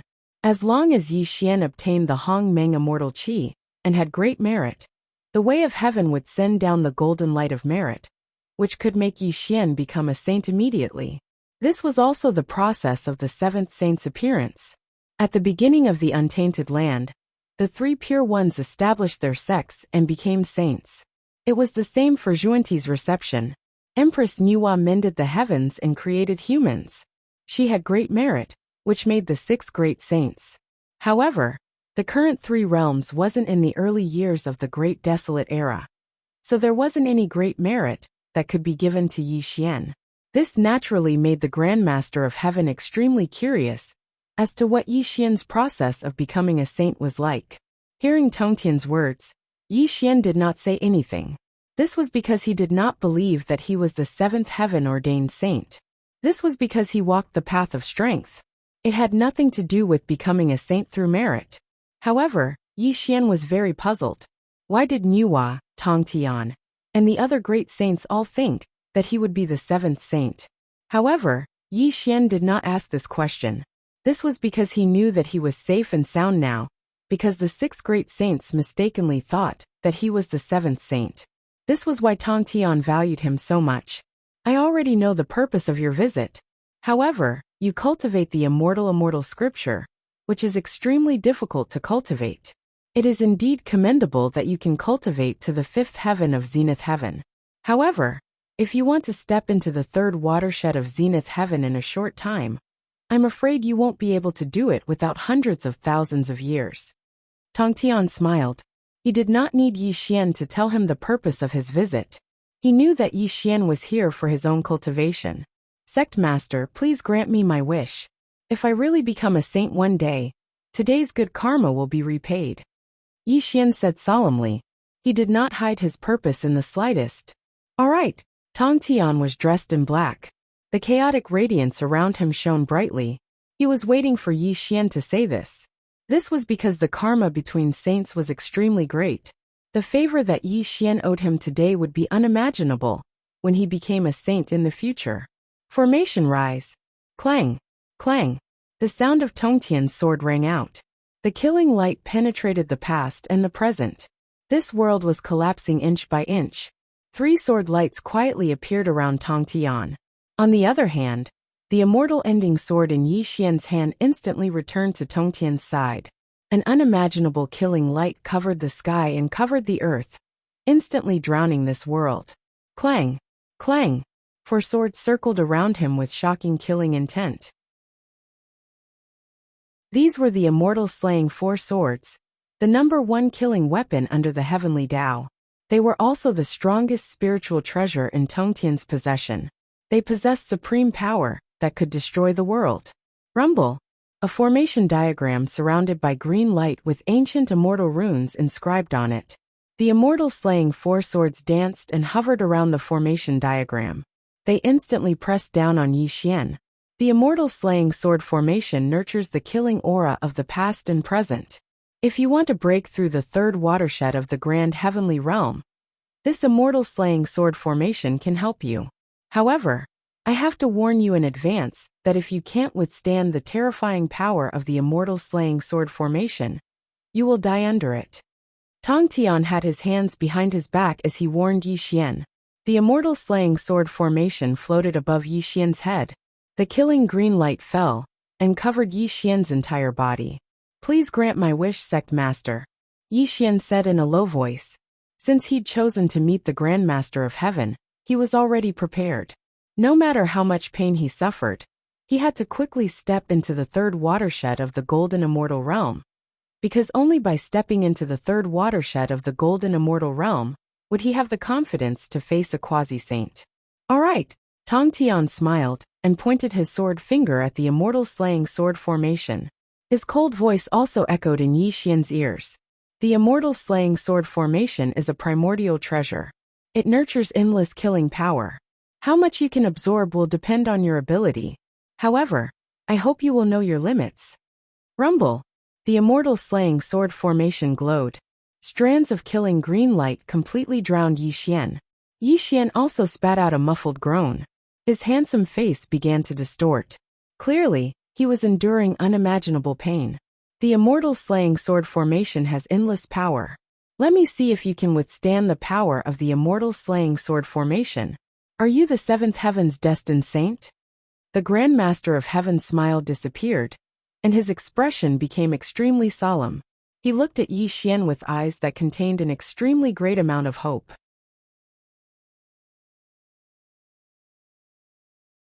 Chapter 600. When the four immortal slaying swords were used together with the immortal slaying sword formation, it had a terrifying power that could shock the heavens and make ghosts and gods weep. This was not just a saying, but a reputation that was gained through killing. This killing treasure shone brightly in the hands of Tong Tian, and he even fought against the four sages with the four swords. The number one killing treasure under the heavenly Tao, Eternal Mountain, proved how terrifying the four immortal slaying swords were. The power contained in it was simply unimaginable. Yi Xian gave himself a deadline of 30,000 years. His only goal was to step into the quasi-sage realm within 30,000 years. However, it was easier said than done. As mentioned before, Yi Xian was in an extremely awkward situation at the moment. His cultivation was at the second watershed of the Grand Heavenly Realm. Under the amplification of the Tribulation Transcender transformation, he could sweep through the Grand Heavenly Realm. He could be said to be invincible in the same realm. Correspondingly, even if Yi Xian used the Tribulation Transcender technique to devour Daluo Jingxian, it would be a drop in the bucket for the growth of his cultivation. Unless he could devour a quasi-sage, then his cultivation would increase by leaps and bounds. Although Yi Xian could sweep through the Grand Heavenly Realm, he was no match for a quasi-sage, let alone devouring a quasi-sage's cultivation. This was also the reason why he was in an awkward situation. If he wanted to quickly step into the third watershed of the Grand Heavenly Realm, besides the Tribulation Transcender technique, the so-called Golden Core Immortal Peach was useless to him. Even Yi Xian had eaten a ginseng fruit before. However, he walked the path of strength, and the cultivation required was not something an ordinary Daluo Jingxian could compare with.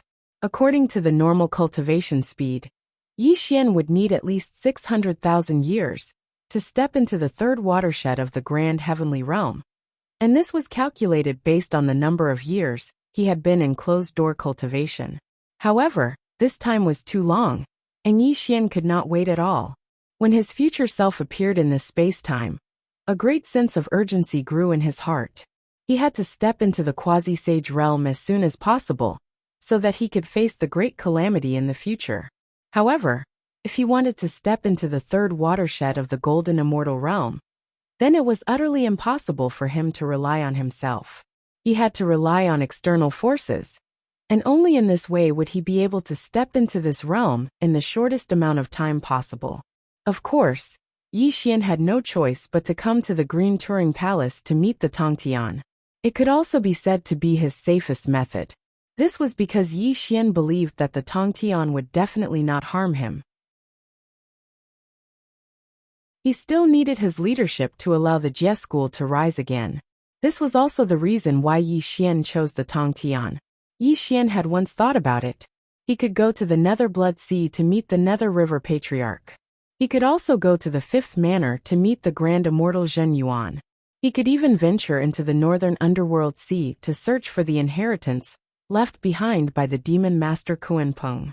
However, Yi Xian did not choose any of these three places, because these three choices were not safe. One had to know that the Nether River Patriarch was known as the evilest of all evils. If he made a mistake, he would definitely be in danger of dying. Moreover, The Nether River Patriarch was born from the Nether Blood Sea.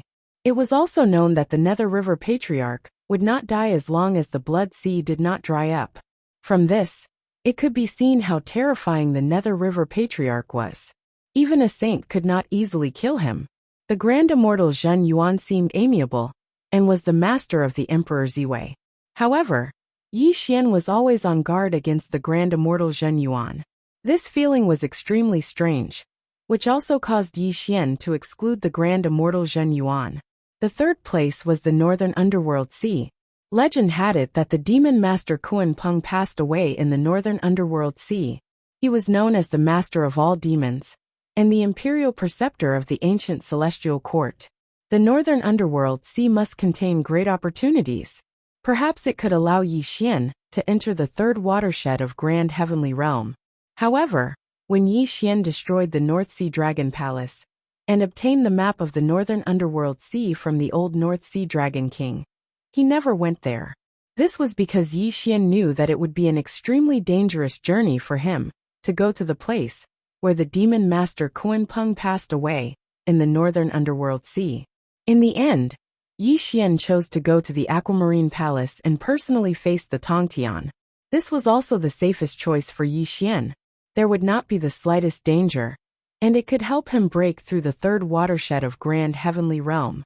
Because Yi Xian was connected to the Jia Order, the Tongtian would definitely lend him a helping hand. Moreover, the Tongtian was one of the three pure ones. Whether it was in terms of cultivation or means, he was much stronger than a pre-saint. Of course, the karma of the world was interconnected. Today, the Tongtian helped Yi Xian break through the third watershed of Grand Heavenly Realm. This also meant that Yi Xian owed the Tongtian a favor. The karma of a saint could not be easily tainted. Yi Xian deeply understood this principle. When he really became a saint in the future, he had to repay the Tongtian's favor. The favor of a saint was earth-shattering. Yi Xian did not know how to repay this favor. However, he had a faint premonition that this favor was not that simple. However, since Yi Xian had chosen this path, he naturally would not regret it. At this moment, he was constantly absorbing the murderous green light of the fairy-slaying sword formation to improve his cultivation. Clang! Clang! Clang! The four fairy-slaying swords slaughtered the past and present. Rays of green light fell down, and Yi Xian's body gradually turned into a bloody mess. However, his aura became more and more terrifying. The Daluo immortal light around him bloomed to the extreme. Bang! Like a thunderclap from the nine heavens, or a chaotic star exploding. An explosion came from Yi Xian's body. Extremely surging Daluo immortal light shot out in all directions with Yi Xian as the center. Under the terrifying power of the fairy-slaying sword formation, he directly broke through the sixth heavenly realm of Grand Heavenly Realm. Good lad! In just a short period of time, Yi Xian actually broke through the sixth heavenly realm of Grand Heavenly Realm. This made the Tongtian look on in astonishment. A smile appeared on the corner of his mouth. Tongtian understood very well that although Yi Xian had the help of the fairy-slaying sword formation, it also meant that Yi Xian's aptitude was extremely monstrous. If it was someone else, they would not be able to withstand the killing power of the fairy-slaying sword formation. Suddenly, a low roar that was like muffled thunder was spat out from Yi Xian's mouth. His body collapsed inch by inch while the fairy-slaying sword formation droned violently, and the killing green light that descended covered the heavens and the earth, causing him to suffer an extremely terrifying heavy injury. What a greedy kid! Such a scene caused Tongtian to be stunned, and then he berated coldly, while a wisp of a solemn expression appeared in his eyes. The chaotic light around him seethed, and he seemed as if he would withdraw the fairy-slaying sword formation at any moment. Tongtian couldn't be blamed for being like this. It was because Yi Xian had just broken through to the sixth heavenly realm of Grand Heavenly Realm. Yet he actually disregarded his cracked body and absorbed the energy of the fairy-slaying sword formation violently once more with the intention of breaking through to the seventh heavenly realm of Grand Heavenly Realm in one go. This was simply an act of courting death. Crack! An unexpected event occurred abruptly. Extremely terrifying killing green light drowned Yi Xian, and the sword light that annihilated gods caused Yi Xian's body to be badly mangled. It caused others to be utterly unable to discern his original appearance, and even the white bones within his body were already faintly visible.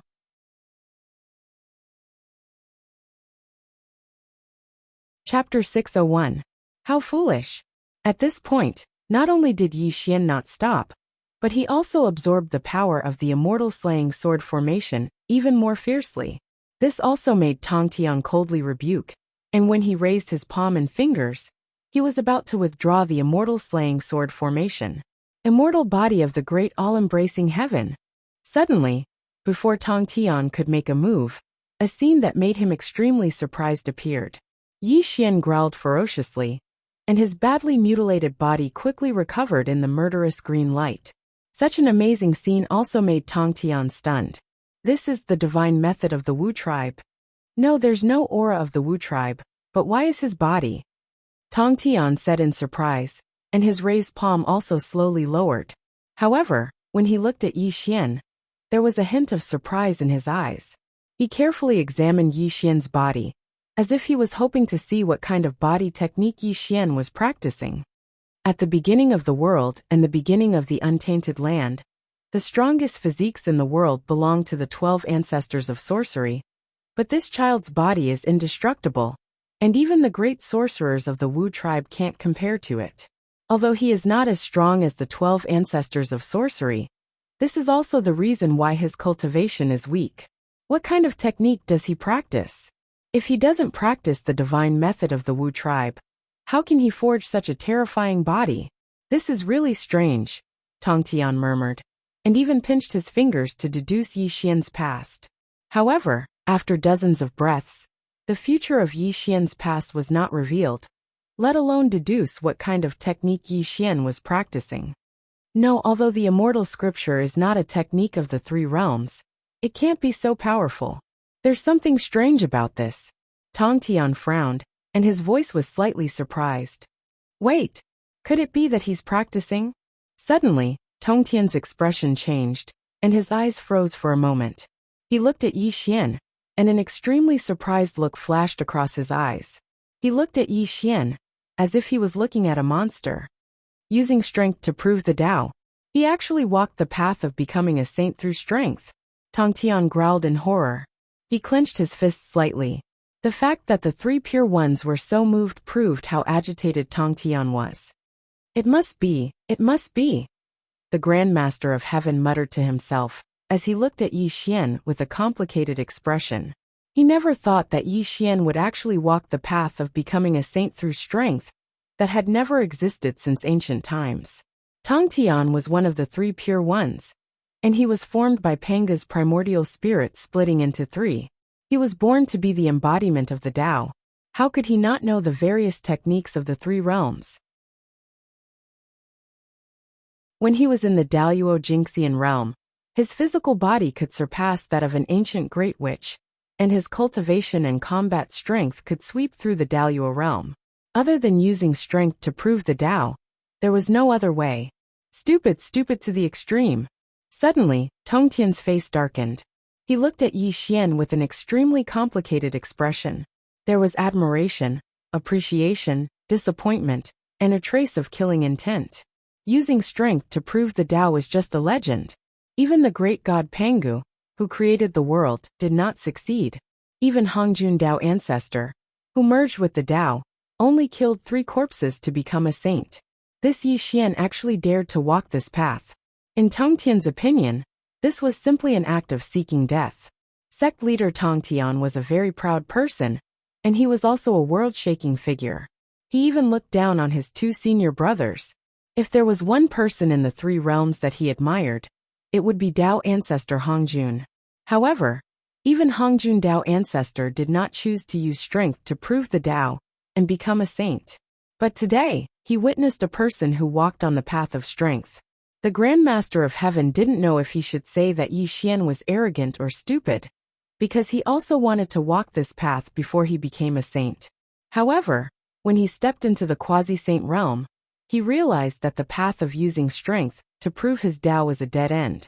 Breaking the shackles of heaven and earth, surpassing heaven and earth, surpassing heaven and earth, surpassing heaven and earth, surpassing heaven and earth, surpassing heaven and earth, surpassing heaven and earth, surpassing heaven and earth, surpassing heaven and earth, surpassing all laws, blasting open a supreme holy road, and becoming the saint of all saints. If heaven and earth were destroyed, one would not be destroyed, and all living things died, one would not die. This was the legend of using strength to prove the Tao, but it was also a great joke. To put it bluntly, the power of all living things came from heaven and earth. It was simply a delusion, and a dead end to surpass heaven and earth. To put it bluntly, one's power was given by heaven and earth. How could one surpass heaven and earth? It was just that since the creation of the world, there had always been some extraordinary people who had walked the path of using strength to prove their Tao. But without exception, all those who had stepped onto this path had already turned into ashes and perished. The method of using strength to prove one's Tao and become a saint was only a legend. Today, Yi Xian showed the horror of his physical body. Tong Tian naturally saw that Yi Xian was walking on the path of using strength to prove the Tao and become a saint. This made him praise Yi Xian, and a murderous intent rose in his heart. It was not that Tong Tian was afraid of Yi Xian. It was because Tong Tian knew that Yi Xian would not succeed. Tong Tian had murderous intent because he was sure that Yi Xian was the seventh saint of heavenly path. That was why he valued him so much and helped him when he was weak. In the future, when Yi Xian became a saint through merit, the two of them would be able to bear great karma. But now, the Grand Master of Heaven was bewildered because he'd guessed wrongly. Yi Xian had already stepped onto the path of using strength to prove his Tao. This was completely contrary to his thoughts of becoming a saint through virtue. If Yi Xian was not the seventh saint of heavenly path, but someone else, wouldn't all his efforts be in vain? The so-called rise of the Jia order was just a joke. Was Yi Xian not the main character of this cultivation tribulation? Although Tong Tian had murderous intent, it was very faint and disappeared in an instant. This was because Tong Tian thought of something. This matter was related to his eldest senior brother, Dao Tianzu and Lao Tzu. Before Lao Tzu became a saint, he walked the path of severing 3 corpses to become a saint. However, when he severed the good and evil corpses, he finally retreated in the face of severing himself. In the end, he still chose to become a saint through merit. According to the Grand Master of Heaven's conjecture, after Yi Xian stepped into the quasi-saint realm, when he discovered that it was impossible for him to use his strength to prove his Tao, he would definitely become a saint through virtue and become the 7th saint of heaven. Rumble. The fairy-slaying sword formation hummed and rotated. The murderous green light fell. Yi Xian was crazily absorbing the power of the fairy-slaying sword formation. He did not care about his injuries and crazily attacked the 7th heavenly layer of Grand Luo. He wanted to step into the 3rd watershed of Grand Luo. His flesh cracked inch by inch and blood soaked his body. The Grand Luo immortal body glowed, and the indestructible primordial spirit hummed. Under the extreme destruction and recovery, Yi Xian was already in a frenzied state of cultivation. He was steadily advancing towards the 7th heavenly layer of Grand Luo. There were 9 heavenly layers of Grand Luo. Each step was a different layer. The 3 watersheds were even more different. However, with the help of the fairy-slaying sword formation, Yi Xian's aura became stronger and stronger. He was only 1 step away from breaking into the 3rd watershed of Grand Luo.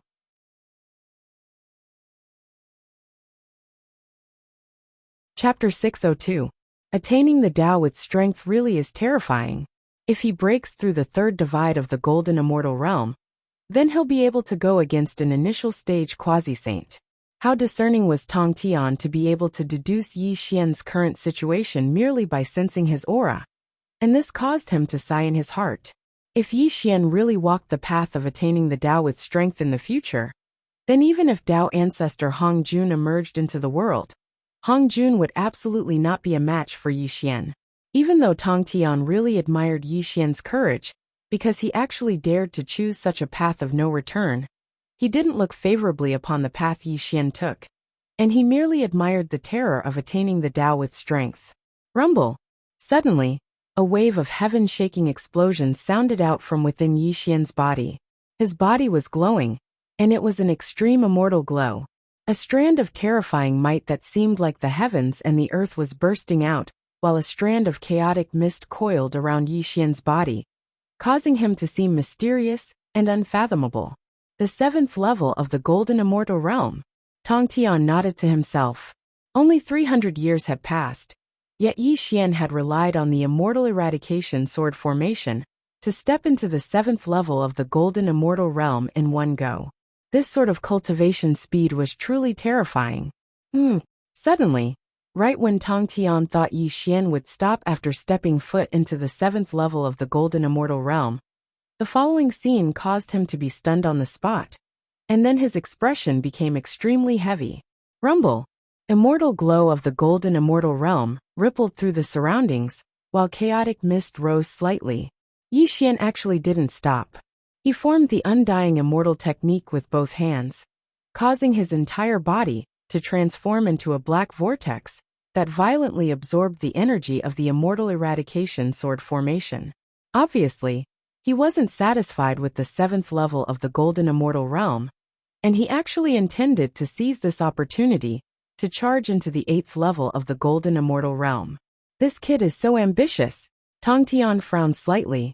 It wasn't because he was pained by the energy contained within the Immortal Eradication Sword formation, but because Yixian had just stepped foot into the 7th level of the All-Heaven Realm.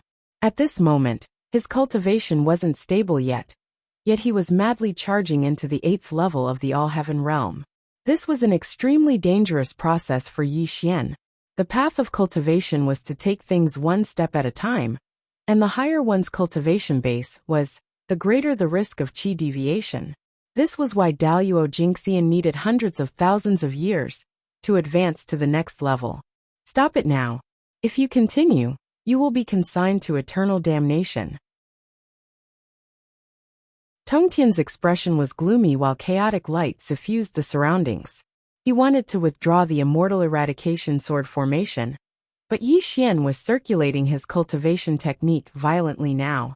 If he were to withdraw the Immortal Eradication Sword formation, then the energy within Yixian's body would definitely fall into disorder, and it would even cause him to fall into a dangerous situation. Unfortunately, Yixian seemed as if he hadn't heard Tongtian's berating at all, and he'd fallen into a frenzied state as he madly absorbed the energy of the Immortal Eradication Sword formation and charged towards the 8th level of the Golden Immortal Realm without the slightest scruple. Pooh! A mouthful of blood sprayed out from Yixian's mouth, while his countenance instantly turned ghastly pale like paper, and the immortal glow of the Golden Immortal Realm around him was in extreme disorder. Obviously, his cultivation had advanced too quickly, and he was showing signs of qi deviation. Suppress. Tongtian's expression was cold. He pointed a finger at Yixian's forehead and immediately suppressed Yixian's chaotic aura. Yixian also relied on Tongtian's assistance to circulate the undying immortal scripture violently again. His cultivation at the 7th level of the Golden Immortal Realm rose violently. With a rumble, he finally broke through the shackles of the 8th level of the Golden Immortal Realm. 9 transformations of the Golden Immortal Realm, unity of man and God. Suddenly, Yixian opened his eyes and let out a low roar. His eyes gradually turned gray, and a strand of nirvanic light flashed through his eyes. At this moment, his hands formed a mysterious seal, as if he was using some kind of secret technique. You? Tongtian was taken aback by Yixian's state. He instantly understood that Yixian was relying on him to not only raise his cultivation by borrowing the Immortal Slaying Sword formation, but also treating him as his protector and risking his life to raise his cultivation. Stinking brat. Even if I'm a saint, I can't protect you until you reach the 9th level of the Golden Immortal Realm. If you continue to act willfully, you'll be reduced to ashes. Tongtian roared. Chaotic light surged out and constantly suppressed the chaotic immortal glow around Yixian. However, Yixian was still madly absorbing the power of the Immortal Slaying Sword formation, as if he did not hear Tongtian's warning. Bang! Bang! Bang! Something extremely frightening happened. With a series of explosions, Yixian's flesh and blood were annihilated inch by inch. The so-called immortal physique of the Golden Immortal Realm could not withstand his frenzied cultivation, and his ghastly white bones were faintly discernible around him. Damn it! Tong Tian did not know how many years it had been since he felt angry, but Yi Xian's actions today had completely enraged him. However, Yi Xian was now at a critical moment. If he stopped, Yi Xian would definitely die here. At this moment, Yi Xian sat cross-legged and formed a seal with both hands. He was secretly using the Tribulation Transcender technique. Although his body was gradually being annihilated, his aura was becoming more and more terrifying. The so-called qi deviation was indeed present, but to Yi Xian, this was nothing. This was because he walked the path of using strength to prove his Tao, and what he believed in was the 6 desires merciless Tao. From the 5th heavenly layer of the Golden Immortal Realm to the 8th heavenly layer of the Golden Immortal Realm, Yi Xian had crossed 3 realms. It seemed dangerous, but it was all under Yi Xian's control. Moreover, what Tong Tian did not know was that Yi Xian's real goal was not just to reach the Golden Immortal Realm. He wanted to use Tong Tian to break through Daluo Jingxian in one fell swoop and become the supreme quasi-sage. The Tribulation Transcender technique. Yes, it was the Tribulation Transcender technique. Whether it was absorbing the power of the immortal slaying sword formation, or Tong Tian protecting him at this moment, Yi Xian was using the Tribulation Transcender technique, and he was quietly devouring the cultivation of the sage Tong Tian. It was just that Yi Xian's movements were very secretive, so secretive that he only dared to absorb a little bit. However, if his daring behavior was discovered by Tong Tian, it would definitely make Tong Tian furious. However, Yi Xian had to do this because the power he needed to quickly break through the Golden Immortal Realm and become a quasi-sage was immeasurable. As long as he could absorb a little bit of Tong Tian's cultivation, it would be enough for him to break through the Golden Immortal Realm. Otherwise, if he cultivated step by step, it would take Yi Xian at least 1,000,000 years to reach the quasi-sage realm. If he did not have the opportunity, it was not impossible for him to be stuck at the peak of the Golden Immortal Realm for the rest of his life. Break! Yi Xian roared hoarsely. The immortal slaying sword formation hummed and rotated, releasing an extremely vast killing green light. The holy light that Tong Tian suppressed above Yi Xian's head was slightly dimmed, and was being carefully devoured by Yi Xian. Rumble! Immortal light burst out, distorting the void. The immortal light that covered the sky and covered the earth rolled out in all directions with Yi Xian as the center. An extremely terrifying power bloomed around him, making him look even more dazzling and golden. It was simply impossible to look directly at him.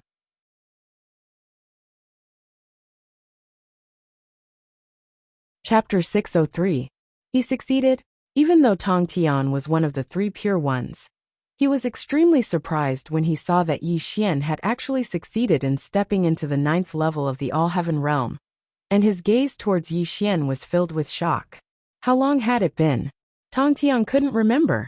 However, Tong Tian vaguely remembered that he was merely a Daluo Jingxian when he hadn't become a saint, but he'd cultivated in the Daluo Jingxian for an entire 10,000,000 years before stepping into the quasi-saint realm.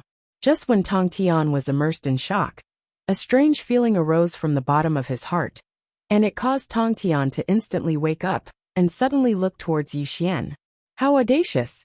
Tong Tian suddenly rebuked furiously, while extremely terrifying killing intent appeared in the depths of his eyes. Because Tong Tian had finally sensed that a portion of his cultivation had actually been lost, and this portion of his cultivation had been devoured by Yi Xian. You actually dared to scheme against me. How audacious of you. When a saint was enraged, all things would be annihilated. This was absolutely not just a saying, but Tong Tian had never imagined that Yi Xian would actually be so audacious. He didn't know what sort of secret technique or ability Yi Xian had utilized to actually devour a portion of his cultivation, and he'd only noticed it now. Space and time changed while the heavens and the earth warped. Tong Tian's expression was cold and furious, as a strand of chaotic light bloomed from his palm and slapped down towards Yi Xian. It was as if Yi Xian would perish at his hands in the next moment. Woo! Suddenly, time and space froze and the primal chaos light dissipated. In the end, the Grand Master of Heaven's palm didn't land. However, His expression was unsettled, and the way he looked at Yi Xian was extremely complicated. What an audacious kid. You actually dared to scheme against a saint. Then I, Tong Tian, will see exactly how far you'll grow after devouring a portion of my cultivation. Tong Tian spoke coldly. At this moment, Yi Xian sat cross-legged in the void. His flesh and blood were plump, and his body looked as if it was forged from Vajra. The indestructible primordial spirit in his sea of consciousness had expanded by one size, and the aura around him was surging wildly. Early stage of the 9th heavenly layer, middle stage of the 9th heavenly layer, late stage of the 9th heavenly layer. Borrowing a portion of Tongtian's cultivation, Yi Xian directly raised his cultivation to the peak of the 9th heavenly layer. He was only one step away from entering the sage-to-be realm. Puff! A mouthful of blood sprayed out from Yi Xian's mouth. The origin immortal light around him suddenly collapsed, and his imposing aura vanished without a trace. He fell from the sky and smashed into the ground. Hee. Suddenly, the Grand Master of Heaven slowly walked over. The corners of his mouth curled into a teasing smile as he looked at Yi Xian with a mocking gaze. I have to say that you're really crafty. You even dared to scheme against a saint, and have great ambitions to enter the sage-to-be realm in one fell swoop. Tongtian's smile disappeared as he spoke. His eyes were abnormally deep as he continued. But you're underestimating the sage-to-be realm. If one could enter the sage-to-be realm by merely increasing their cultivation, how many sage-to-be realm have there been since the beginning of the world? Huff, huff, huff. Yi Xian slowly got up from the ground. He wiped the blood from the corner of his mouth as he panted heavily. There was a hint of disappointment in his eyes as he fell silent. Just as Tongtian had said, if one could enter the sage-to-be realm by merely increasing their cultivation, then the sage-to-be realm was too worthless. It should be known that sage-to-be and immortals were on two different levels of life. This was also the so-called difference between immortals and sages. Entering the sage-to-be realm was not only a reflection of one's cultivation, but also a sublimation of one's soul. The Western Buddha Duobao Rulai, Mahamayuri Kong Xian, the insufferably ferocious demonic rock, and even the so-called immortal elder of the South Pole, and the ghost emperor of the netherworld had lived for countless years. However, they were only at the peak of the Grand Luo realm, and were unable to enter the sage-to-be realm. Their cultivation had long been sufficient. What they lacked was the sublimation of their souls. Only when their souls and bodies became one and surpassed the level of immortals, would they be able to transform their primordial spirits into a true spirit and enter the sage-to-be realm. It was only now that Yi Xian finally understood that even though he had boldly devoured a portion of Tongtian's cultivation and directly entered the peak of the Grand Luo realm, he still had a long way to go before he could enter the sage-to-be realm. Thank you for your guidance, Sect Master. Yi Xian cupped his hands and bowed. He did not mention a single word about devouring a portion of Tongtian's cultivation. However, how could Yi Xian let him off even though Tongtian did not mention it? After all, no one had dared to scheme against a saint in the endless time that had passed. Today, Yi Xian dared to scheme against Tongtian. This was already a great disrespect to the saint. Even if Tongtian were to destroy his soul, it would not be excessive. Scheming against a saint is a crime deserving of death. Aren't you afraid? Tongtian said coldly. The chaotic light around him spread, and an extremely terrifying saint's aura pressed down on Yi Xian. It also caused Yi Xian's expression to change slightly. However, he did not show any signs of panic. You won't kill me. If I die, how will you settle the old scores with the four great saints in the future? After a full 10 breaths of time, Yi Xian spoke in a low voice. His eyes looked straight at the Grand Master of Heaven, as a deep expression flashed through them. Yi Xian's thoughts were very simple. Since Tongtian had helped him so much, he already owed Tongtian a great favor. When he became a saint in the future, he would definitely repay this favor. Moreover, Yi Xian was absolutely certain that no matter how angry Tongtian was, his life would not be in danger. This was also the reason why Yi Xian dared to scheme against Tongtian. Otherwise, if it was any other saint, Yi Xian would not dare to do so. Yi Xian, you're very smart. You know that I won't kill you. But I hope you remember that if you can't become a saint in the future, what you did today will be the path to your death. Tong Tian said calmly. He was not joking because if Yi Xian could not become a saint, Yi Xian would be useless. What Yi Xian had done today was not something Tong Tian could tolerate. Saints could not be blasphemed. This was not just a saying. It was extremely terrifying. Tong Tian did not bicker with Yi Xian because he had determined Yi Xian to be the seventh saint. Otherwise, how could Tong Tian let Yi Xian go? Yi Xian will remember the sect master's kindness today, but I also hope that the sect master will remember that if I really do become a saint in the future, I will definitely repay this favor 100-fold, Yi Xian said calmly. He did not panic at all because of Tong Tian's threat. All right, I'll wait for that day to come. Tong Tian slowly nodded as a sliver of admiration flashed through his eyes. In truth, Tong Tian admired Yi Xian very much because Yi Xian's personality was very similar to his. They were both unruly and lawless people. However, if Yi Xian did not become a saint, he would only be an ant in the end. He would not have the right to be friends with him. Only when Yi Xian's cultivation was on par with his would the two of them be able to speak on equal terms.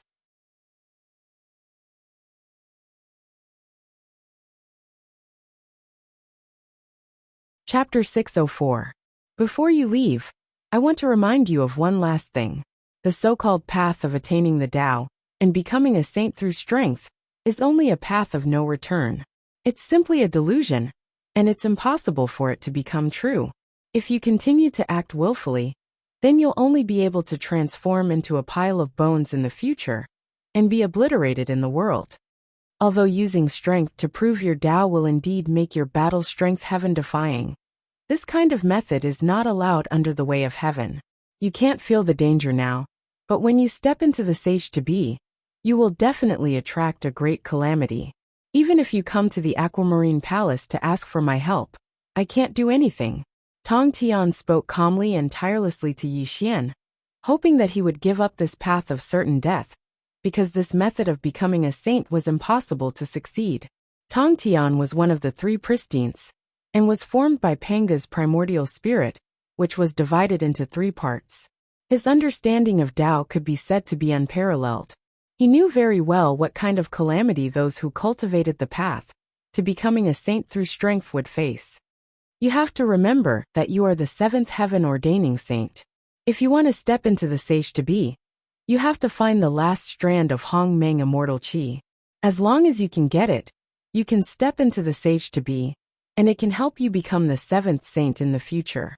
Tong Tian urged earnestly, hoping that Yi Xian could understand his painstaking efforts. Because the heavenly Tao was in chaos, the great dark calamity had begun. Even saints would be involved in it, and there would be a battle sooner or later. He, Tong Tian, had to settle the karma of the great God investiture tribulation with the other four saints. Without the help of the seventh saint of heaven's will, he, Tong Tian, would most likely fall in this great dark calamity. Tong Tian believed that he was not mistaken. Yi Xian must be the seventh heaven-ordaining saint. Only with his help and the two of them fighting side by side could they safely survive this unprecedented dark calamity. Go, I'll wait for the day you become a saint, Tong Tian said in a low voice. This part of the world was extremely distorted and chaotic light covered the sky. Yi Xian was also instantly sent out of the Aquamarine Palace, leaving Tong Tian alone in the Aquamarine Palace. The auspicious clouds in the 9 heavens shone brightly. A Taoist in green sat cross-legged on top of the 9 heavens. He lay high on the 9 heavens and earth, overlooking the 3 realms. A chaotic light covered him, so that others could not see his appearance. Hong Meng Immortal Qi. Suddenly, the green-robed Taoist in the chaotic light beam slowly opened his eyes, as if he had just woken up from a dream. When his eyes opened and closed, the immortal light seemed to pass through the 33 heavens, and was slightly staring at Sect Master Tong Tian in the Azure Palace. The green-robed Taoist withdrew his gaze. He sat cross-legged in the chaotic fog, and let out a chuckle. However, if one listened carefully, they would notice that there was a slight tremor in his voice. My good disciple, I really didn't expect that you would actually dare to walk on the path of becoming a saint through strength. Could it be that you are really my destined enemy? The green-robed Taoist murmured to himself.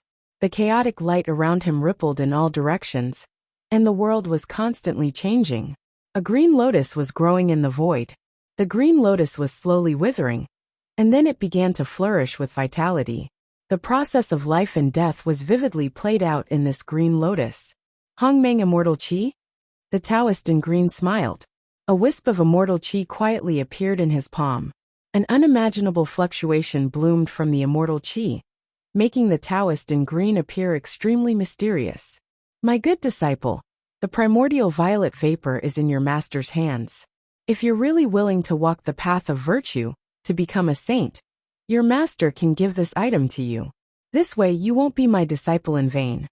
Unfortunately, even if master gave the primordial violet qi to you, you cultivate the undying immortal scripture, so you're utterly unable to become a saint through virtue. I wonder how you'll feel when you find out about this outcome? The Taoist in green murmured. It was as if he did not care about the Hongmeng immortal qi in his hand.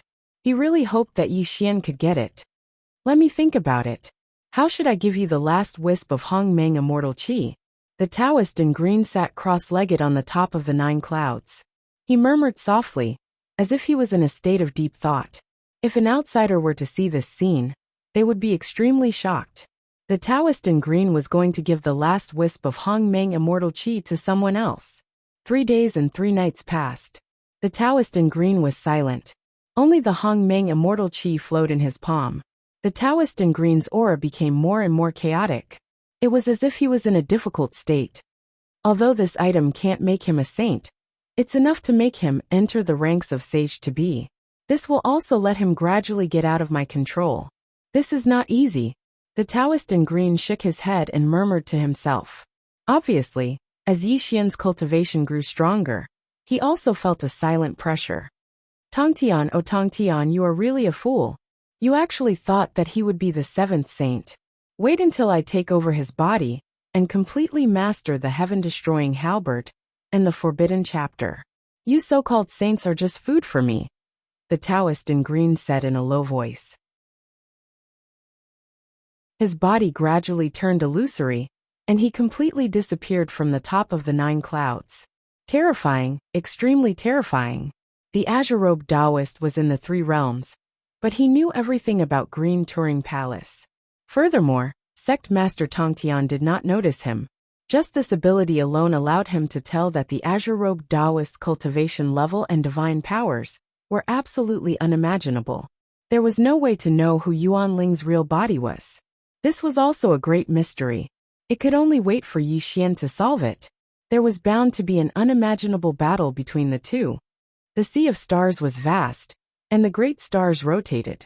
Streaks of resplendent meteors streaked across the starry sky, and from time to time, the vast sea of stars would churn.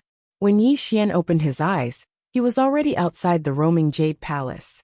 Heaven Emperor, your cultivation. Shen Gongbao walked over quickly and bowed to Yi Xian.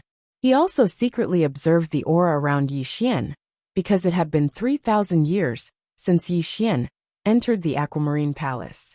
He had also waited for Yi Xian outside the Aquamarine Palace for 3,000 years. When he discovered that Yi Xian's cultivation was actually at the peak of the Zenith Heaven realm, Shen Gongbao was stunned for a moment. Then his face turned into ecstasy. Rumble! The sea of stars bobbed and shone brightly. The Aquamarine Palace gradually dissipated into the depths of the sea of stars. The 2 Taoist children guarding the door bowed to Yi Xian, and also disappeared with the Aquamarine Palace. Return to the Celestial Court first, and assist the Empress Mother in managing the immortals. I will definitely become a sage-to-be within 30,000 years. When that time comes, I will naturally return to the Celestial Court, Yi Xian said calmly. Heaven Emperor, where are you going? Shen Gongbao asked anxiously when he saw that Yi Xian had the intention to leave.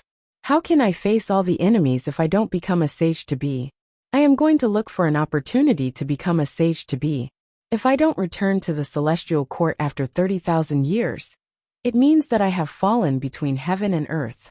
All of you should disperse by yourselves. Yi Xian said solemnly. A trace of sadness flashed across his eyes. When he took a step forward, he disappeared from Shen Gongbao's sight. Sigh. Shen Gongbao sighed. His eyes were heavy because he knew that Yi Xian was a man of his words. There could only be two results for him to leave alone. Either Yi Xian returned as a sage to be, or he died between heaven and earth. You're tuning in to the Li Mei's Wuxia Whispers YouTube channel. We're so grateful for your support, and don't forget to subscribe to join us on this incredible journey through captivating stories. Your generosity through donations truly makes a world of difference, as it's the primary source of revenue that allows me to expand and enhance this channel for you. Thank you from the bottom of my heart for being a part of this adventure.